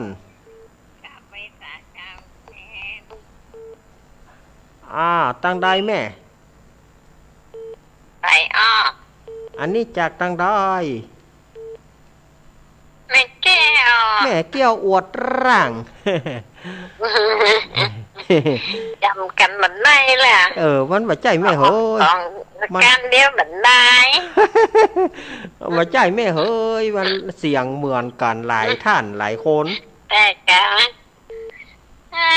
ลืมกันได้เนาะบ่ลืมยังได้เสมอแม่แก้วอวดร่างครับอยู่น่าชัดเจนดีครับได้ยินเรานิทานแล้ววันนี้ได้ยินแล้วเนาะเจ้า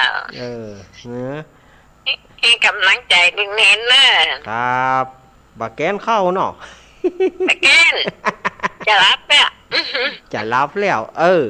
จะได้กำลังใจแม่แก้วนะกำลังใจดึงเน้นครับแม่แก้วอวดร่างแม่แก้วอวดร่างเจ เจริญปอนไหว้สาเจ้าลูกเนนโอ้อีแม่เฮาแม่บุญหลงเฮาก็เติงหาเนอะปัดวันการเดียวเอ้าง่อมหอลืมชื่อละ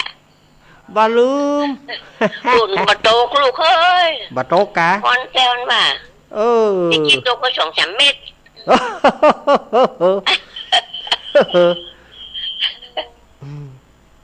2-3 เม็ดตกเลยแต้หน่อยว่าน้อยแต่น้อยว่าบ่3 เม็ดแต้เนี่ยมันย่างชุดเดียว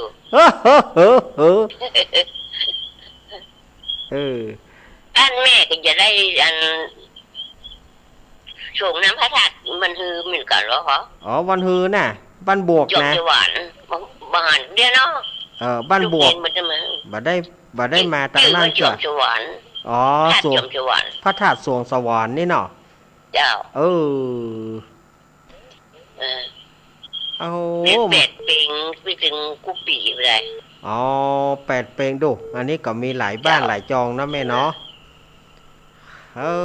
ยินดีอีแม่นักเนอแม่เนอเจ้ายินดีเนอมันกำลังใจลูกเด้อครับแม่บุญหลงแม่บุญหลงเจริญปอน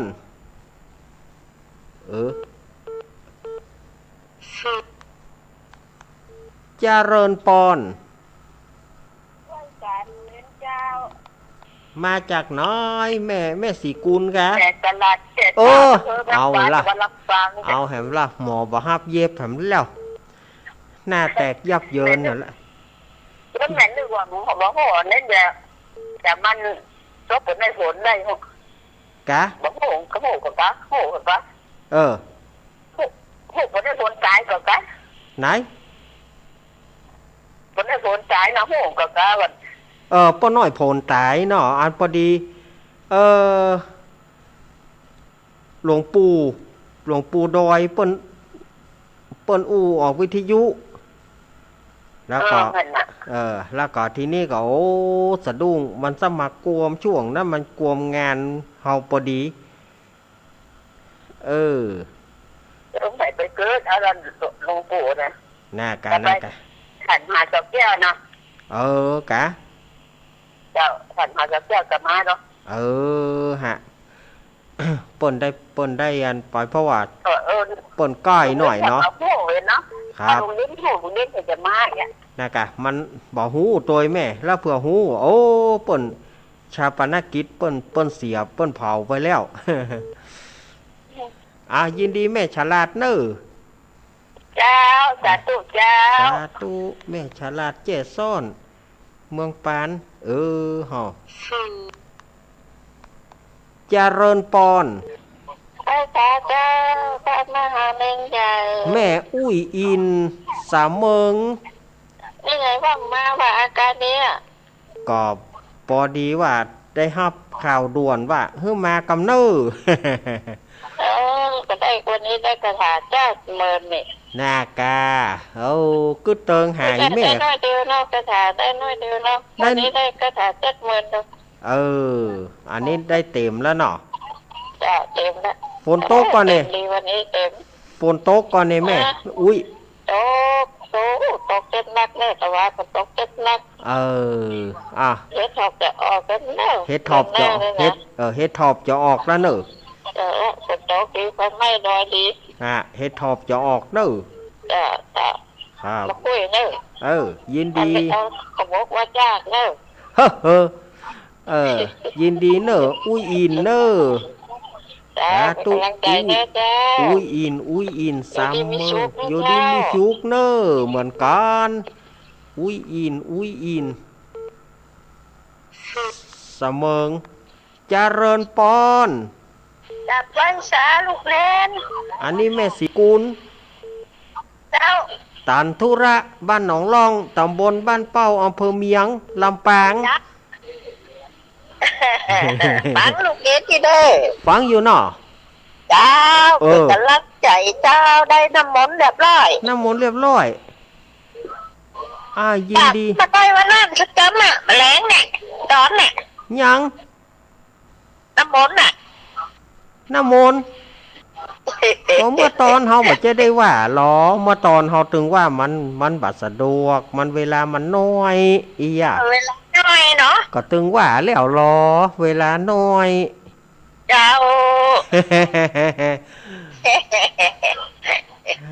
แม่สีกุลแม่สีฝนต กุ ก ล ปะบ่มีแม่บ่มี อันนี้ตกเขาว่าตกแล้วปุ่นแหละแต่ว่าฉีดไต้ฟุ้งปุ่นแหละว่าอาจารย์มาบอสบิดนะ โอ้ตกทั้งปุ่นเนาะ เจ้าบ้านเรานี่น้อยเดียวแผ่นดินร้ายเนี่ย แผ่นดินไหล เจ้าเป็นกำลังใจอีแม่สีกุลเนาะ เจ้ายินดีเนอะแม่สีกุลแม่สีกุลตันธุระหนองรองบ้านเป้าอำเภอเมียงโดมาละแม่สีกุลวางสายฮื้อจิมโอ้แม่เลยก่อนวางสายฮื้อจิมวางสายฮื้อจิมสุมาเตอะเจ้ามันโคตรไหนประหารนี่รู้แล้วก็รู้หมดเจริญปอนกับพระเจ้าวันเนนแม่สายทองทานยาเกี้ยวน้อยเดียวฝนตกน้อยเดียวก็ได้โหดน้ำอยู่ตกมันนักวันเนี้ยมันนักแกเจ้าวันที่เป็นนักขนาดเปิ้นถึงว่าเราเปิ้นถึงว่า30%โอ้ยเจ้าอันปีใหม่ก็แบบไปมีใครไปอ่ะสวก็ไม่ได้ไปไงมาซื้อเม่งไงมันจะเตรียมแต่งในเม่งไปเองหน้ากะหน้ากะว่าลูกก็ส่งจ้ะก็เขาปิดร้านหมดแล้วไหนเนาะปิดเงินก่อนจะขันล่องเลยมันเป็นยังมันตัดกันแล้วไปเนาะมันตัดกันแล้วมันตัดปีใหม่ตัวเลิศไม่น้อยก็ถึงได้เนาะมันเจ้ามาตัดกันนี่มาตัดกันดีแต่ดีว่าแต่หน้ากะในเม่งเท่าท่านพระครูจังพุ่นว่านให้แก้วเพิ่นมักเม่งกันเด้อหน้ากะในเม่งหน้ากะเอามะพร้าวเอาขิงนี่คั่วก็ใส่กันนั้นกับถั่วดินนี่อีกเอาไว้งานอื่นเนอะ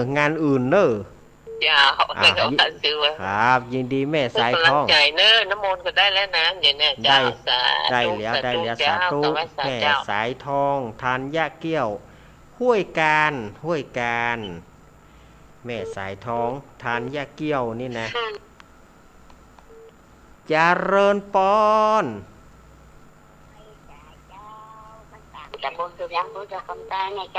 อันนี้แม่แสงทองกะแม่แสงทองก่อ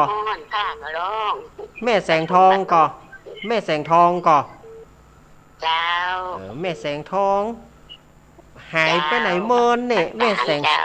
หายไปเมินเนี่ยแม่แสงทองนี่ก่อเจ้ามันมาได้โ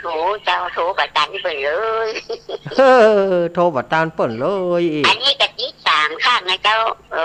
ข้างที่นี่โอ้ยบ้าที่สมองอีกก็นะเจ้าอีกแล้วก็อีกเจ้าว่าห้าเจ้าบาใจบ่ห้าบกะมันบัตรตานหน่อยมันโดนเปิ่น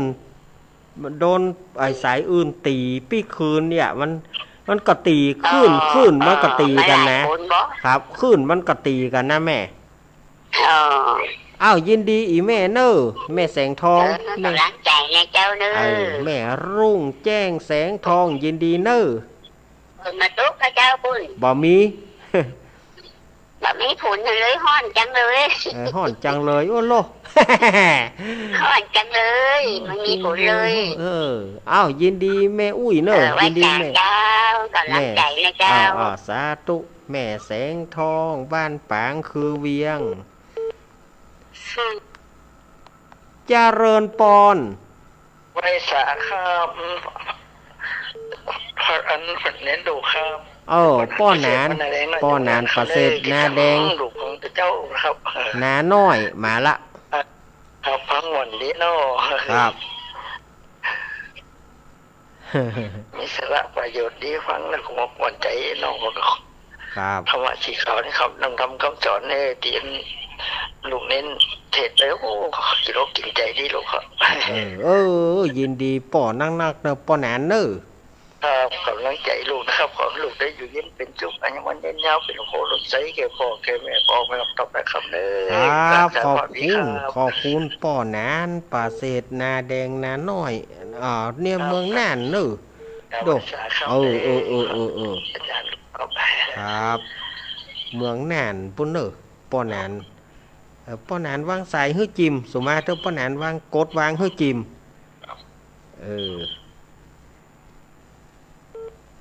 ป้อนานกดวางฮื้อจิมกันเจริญปอนขอภาษาเจ้าหลวงเอ็นจากตั้งได้อีแม่จากวันนอกเจ้าแม่ตุ๊กะแม่ตุ๊เจ้าว่าจะได้แม่ตุ๊หายแซบไปเหมือนแม่ตุ๊กะสอนเจ้าวันทั้งมันบัดตันเพิ่นแน่พังบัดตันเพิ่นถ้าเขาจะโทรเพิ่นก็ตึ้งโทรอยู่ติ๊กๆอยู่ไหนก็ฟังกาแต่มันเรียกแม่ก็อยู่ละปูนเนี่ยกะอยู่ละปูนเนี่ยเนาะเจ้าอันขึ้นเมียบ้านได้ขึ้นเดียวขึ้นเมียบ้านเหมือนวันติดดอกมาแต่ว่าไปใจอยู่ได้หรอกไปใจไปใจบ้านใจจองได้ใจแล้วก็ปีกมาแหมเจ้าลูกสาวมันบอกเฮ้ยข้างกูแหนมันบอกเฮ้ยอยู่เลยเขาเป็นห่วงเนาะเขาเป็นห่วงเนาะหน้าฝ้าหน้าฝนทำให้ใช่นี่เป็นห่วงหน้าการใจบ้านกับพ่อเนี่ยไปให้กำลังใจเนอะครับยินดีแม่เนอะแม่ตู้บ้านล่องแม่ตู้นี่ก็เอาแม่ตู้อายุยืนดูเปิ่นนะแม่เฮ้ยรู้เอาละสายอื่นเข้ามามันได้ละโอ้ยไอ้หยังนี่เจริญปอนไปหาเจ้าลูกเล่นแม่กองแรงเจ้าแม่ที่ตามฟังตลอดที่ตามฟังตลอดเจ้าฝนตกค่ะบ่มีวันนี้ของกระลมนี่ฝนตกมาเป็นดินไหลเนี่ย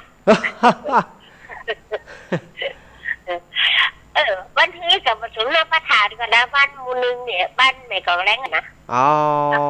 เพิ่มเมียงปานแต่ว่าจะปานเพิ่มเมียงปานเหมือนกันน่าจะเปิ้นจะสลงน้ำพระธาตุเนาะเจ้าเจ้ายินดีอีแม่กองแรงนักเนอะเจ้าเป็นกำลังใจหนึ่งเล่นเนอะครับเป็นกำลังใจครับอีแม่กองแรงเกิดเมื่อค่ำเนี่ยเอาสุมาเตอะเจริญปอนเจริญปอนเจริญปอนติดแล้วเนอะโอ้แม่แก้วกะโอ้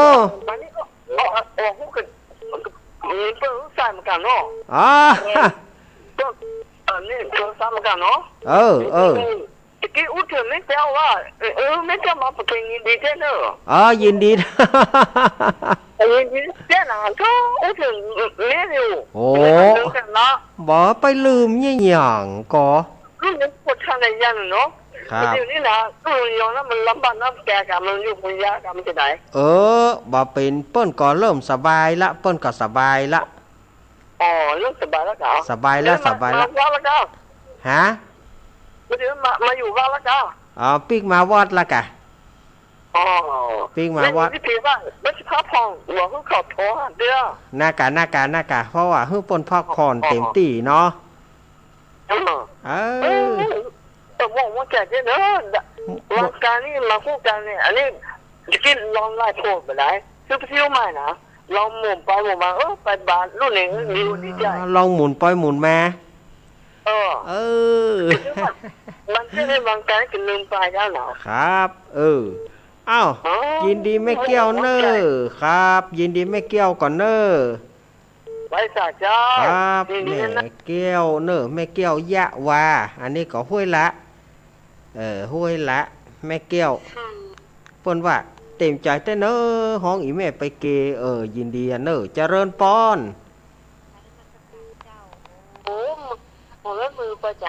เจ้าอันนี้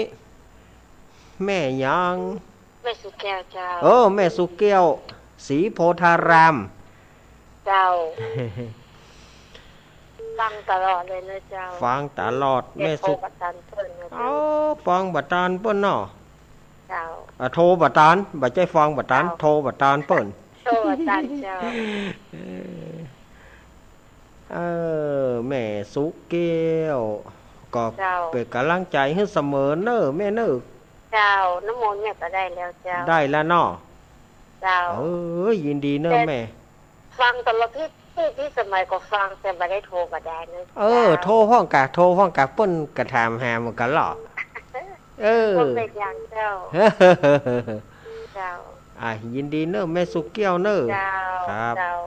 แม่สุแก้วคำอ้วนศรีโพธารามอำเภอสารปีจังหวัดเชียงใหม่เจริญปอนเจ้าแกไม่จ่าเจ้าท่านพระอาจารย์มาจากเชียงเมืองปานฟังอยู่เน้อว่าไปเลยขอแกไม่จ่าครูบาอาจารย์แม่จ่ายพินเมืองปานฟังอยู่เน้อเจ้ากูเจ้ากูร้ายมนใจแต่เล่า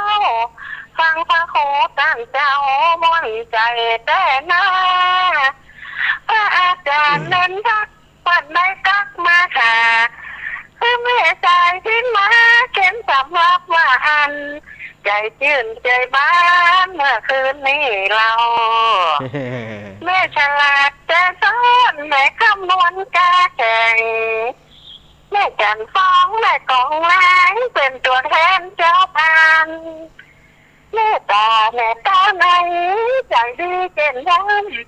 สาวทินต้องการคิดถึงกูคน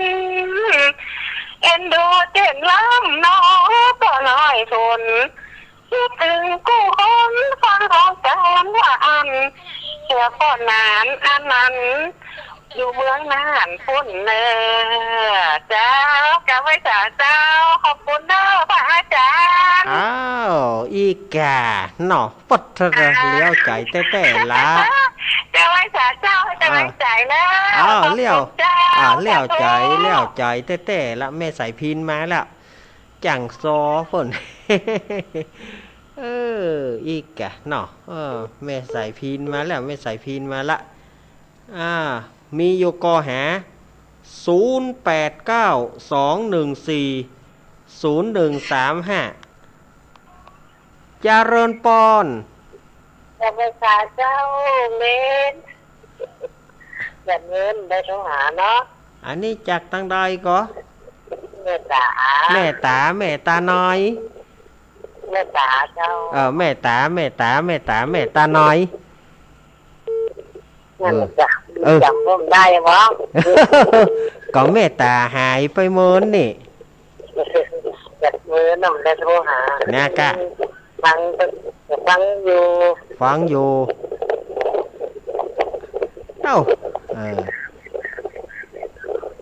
แม่ตาให้กำลังใจเนาะเจ้ากำลังใจเจ้าอยู่ดีมีสุขเน้อเจ้าห้องอีแม่สุมาเตอะมันมีกับพัดลม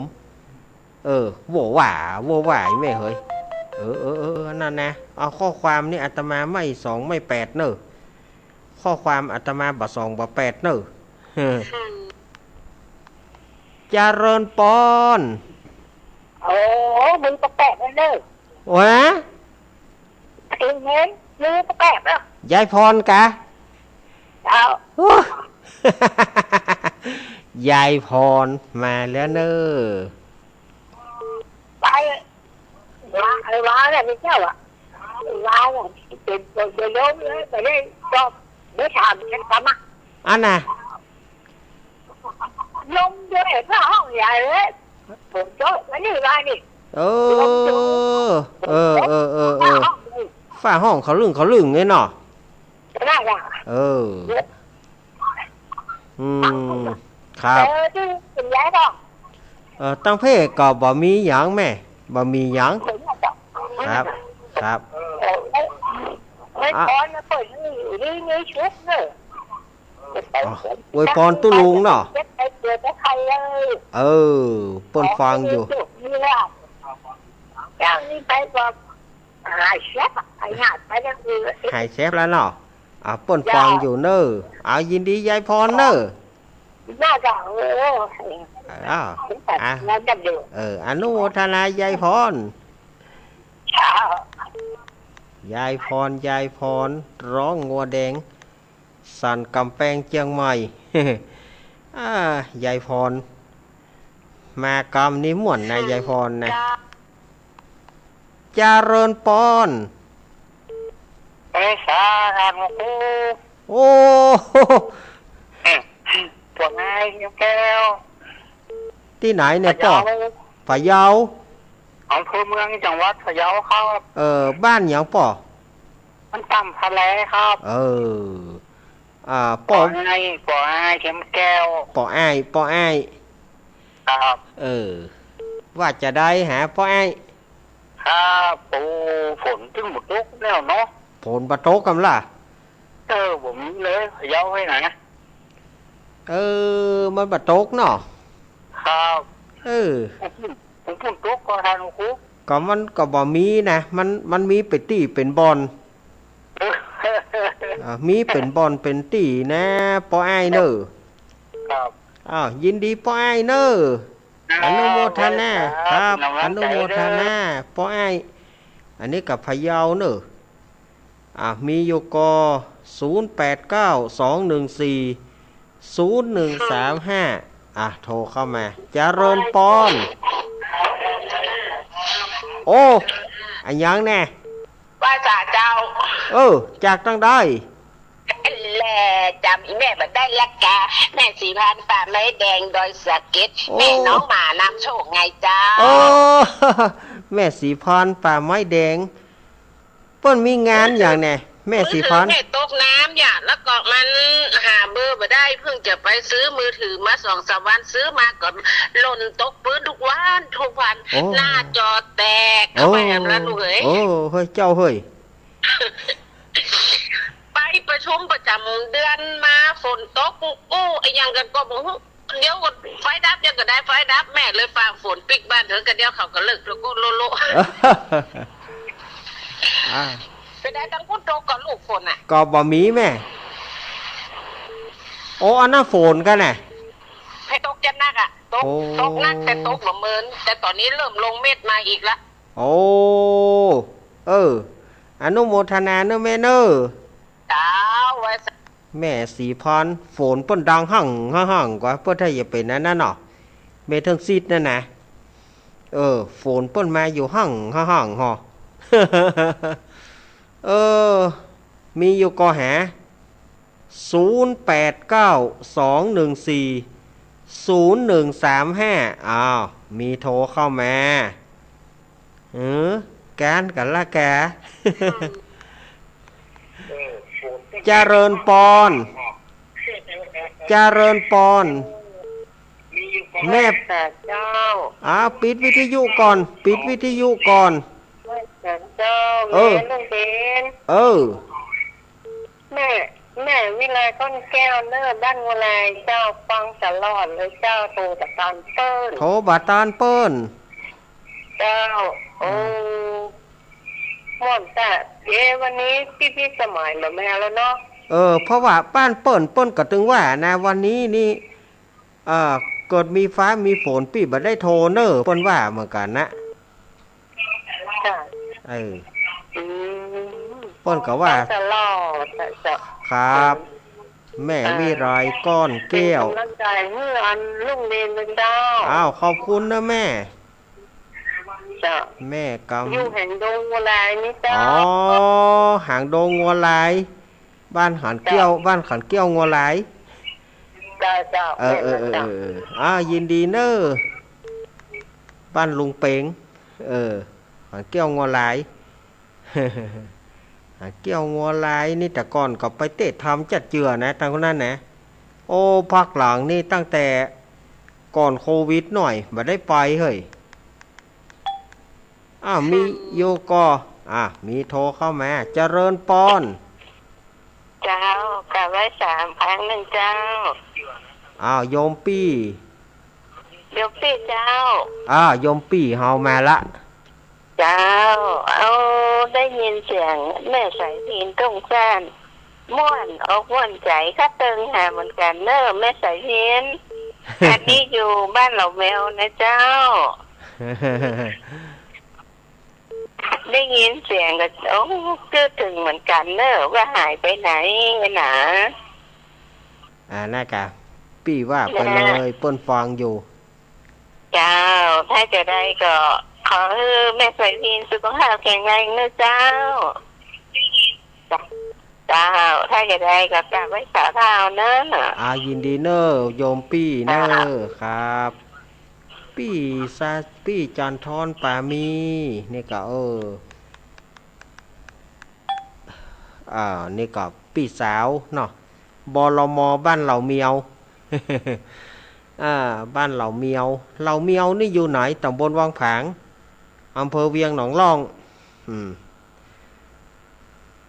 มีอยู่ก็หามีก็โทรเข้ามาเจริญปอนเจริญจากตั้งได้จากตั้งได้ป่อผมอยู่วันขนกเรียนอำเภอแม่สวยตำบลปากโคกครับแม่สวยเจียงไฮ้ครับผมอยู่ที่ฝนตกครับฝนตกกะครับผมฝนตกมีขนาดผมเป็นกำลังใจของท่านเนียนครับยินดีโยมป่อเนอครับผมขอบคุณ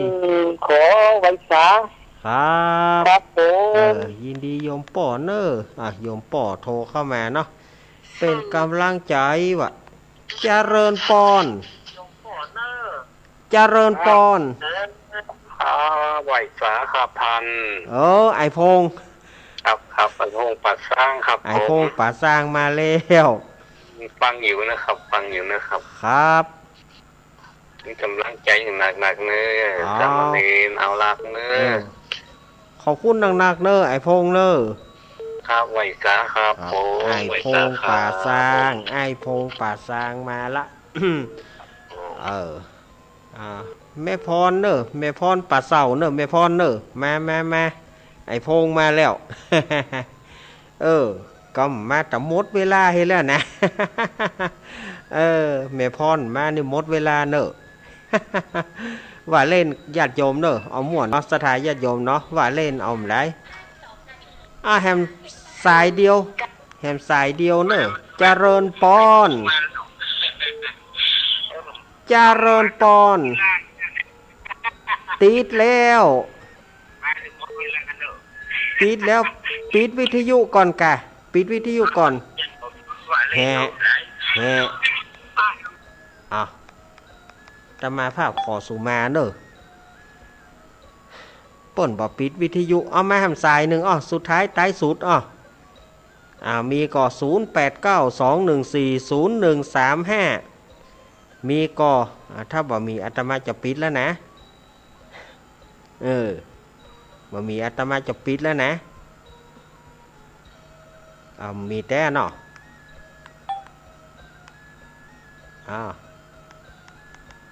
ไม่มีแต่ละ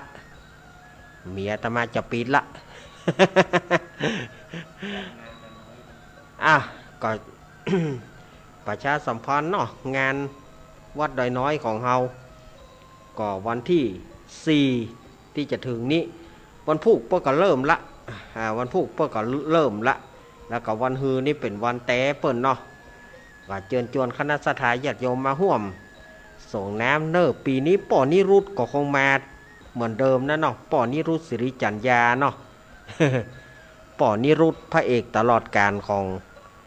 งเฮาเปิ้นมากุปีเราวัดพระธาตุได้น้อยป่อนิรุตสิริจัญญาเปิ้นมาประจำเนาะบอกว่าหลายวัดหลายวานะสัทธาญาติโยมที่เปิ้นจะมามันเป็นมีการมีงานเนาะเจียงใหม่เราปูนลำปางนี่มีงานเวทตะลุ่มสัทธาญาติโยมสาธุชนคนดีเฮา ก็อาตมาก็อู้ไปอู้มาเวลามันก็ไหลตัวก้นมาติกๆละอาตมาก็จะได้นำเอารายการอำลาศรัทธาญาติโยมก่อน วันการหน้าก็3 โมงเหมือนเดิมเนอะภาคเมื่อคืนนี้อาจจะบ่มีวันนี้มาเป็นรายการพิเศษบ่ได้การหน้าก็คงเป็นของครูบาอาจารย์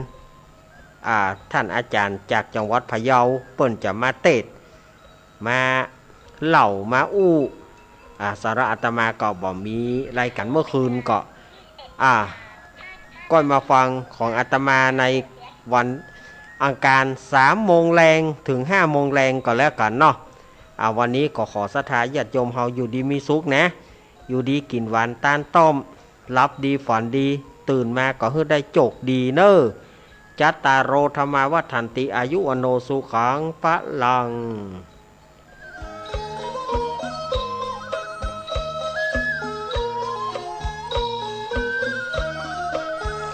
ช่วงที่ผมเมามากๆแล้วไปขับรถผมมักเห็นอะไรแปลกๆครั้งแรกผมเห็นผีครั้งที่2ผมโชคดีเห็นพอลล่าเทเลอร์ส่วนครั้งนี้ผมเห็นอีกแล้วผมเห็นตัวเองมีเพียงขาเดียวแขนเดียวนอนอยู่บนเตียงโรงพยาบาลที่ไหนสักแห่งสวัสดีค่ะฟื้นแล้วหรือคะเดี๋ยวพยาบาลเช็ดตัวให้นะคะเมาไม่ขาดอีกหนึ่งความรับผิดชอบต่อสังคมจนเครียดกินเหล้าจนเครียดกินเหล้าจนเครียดกินเหล้าจนเครียด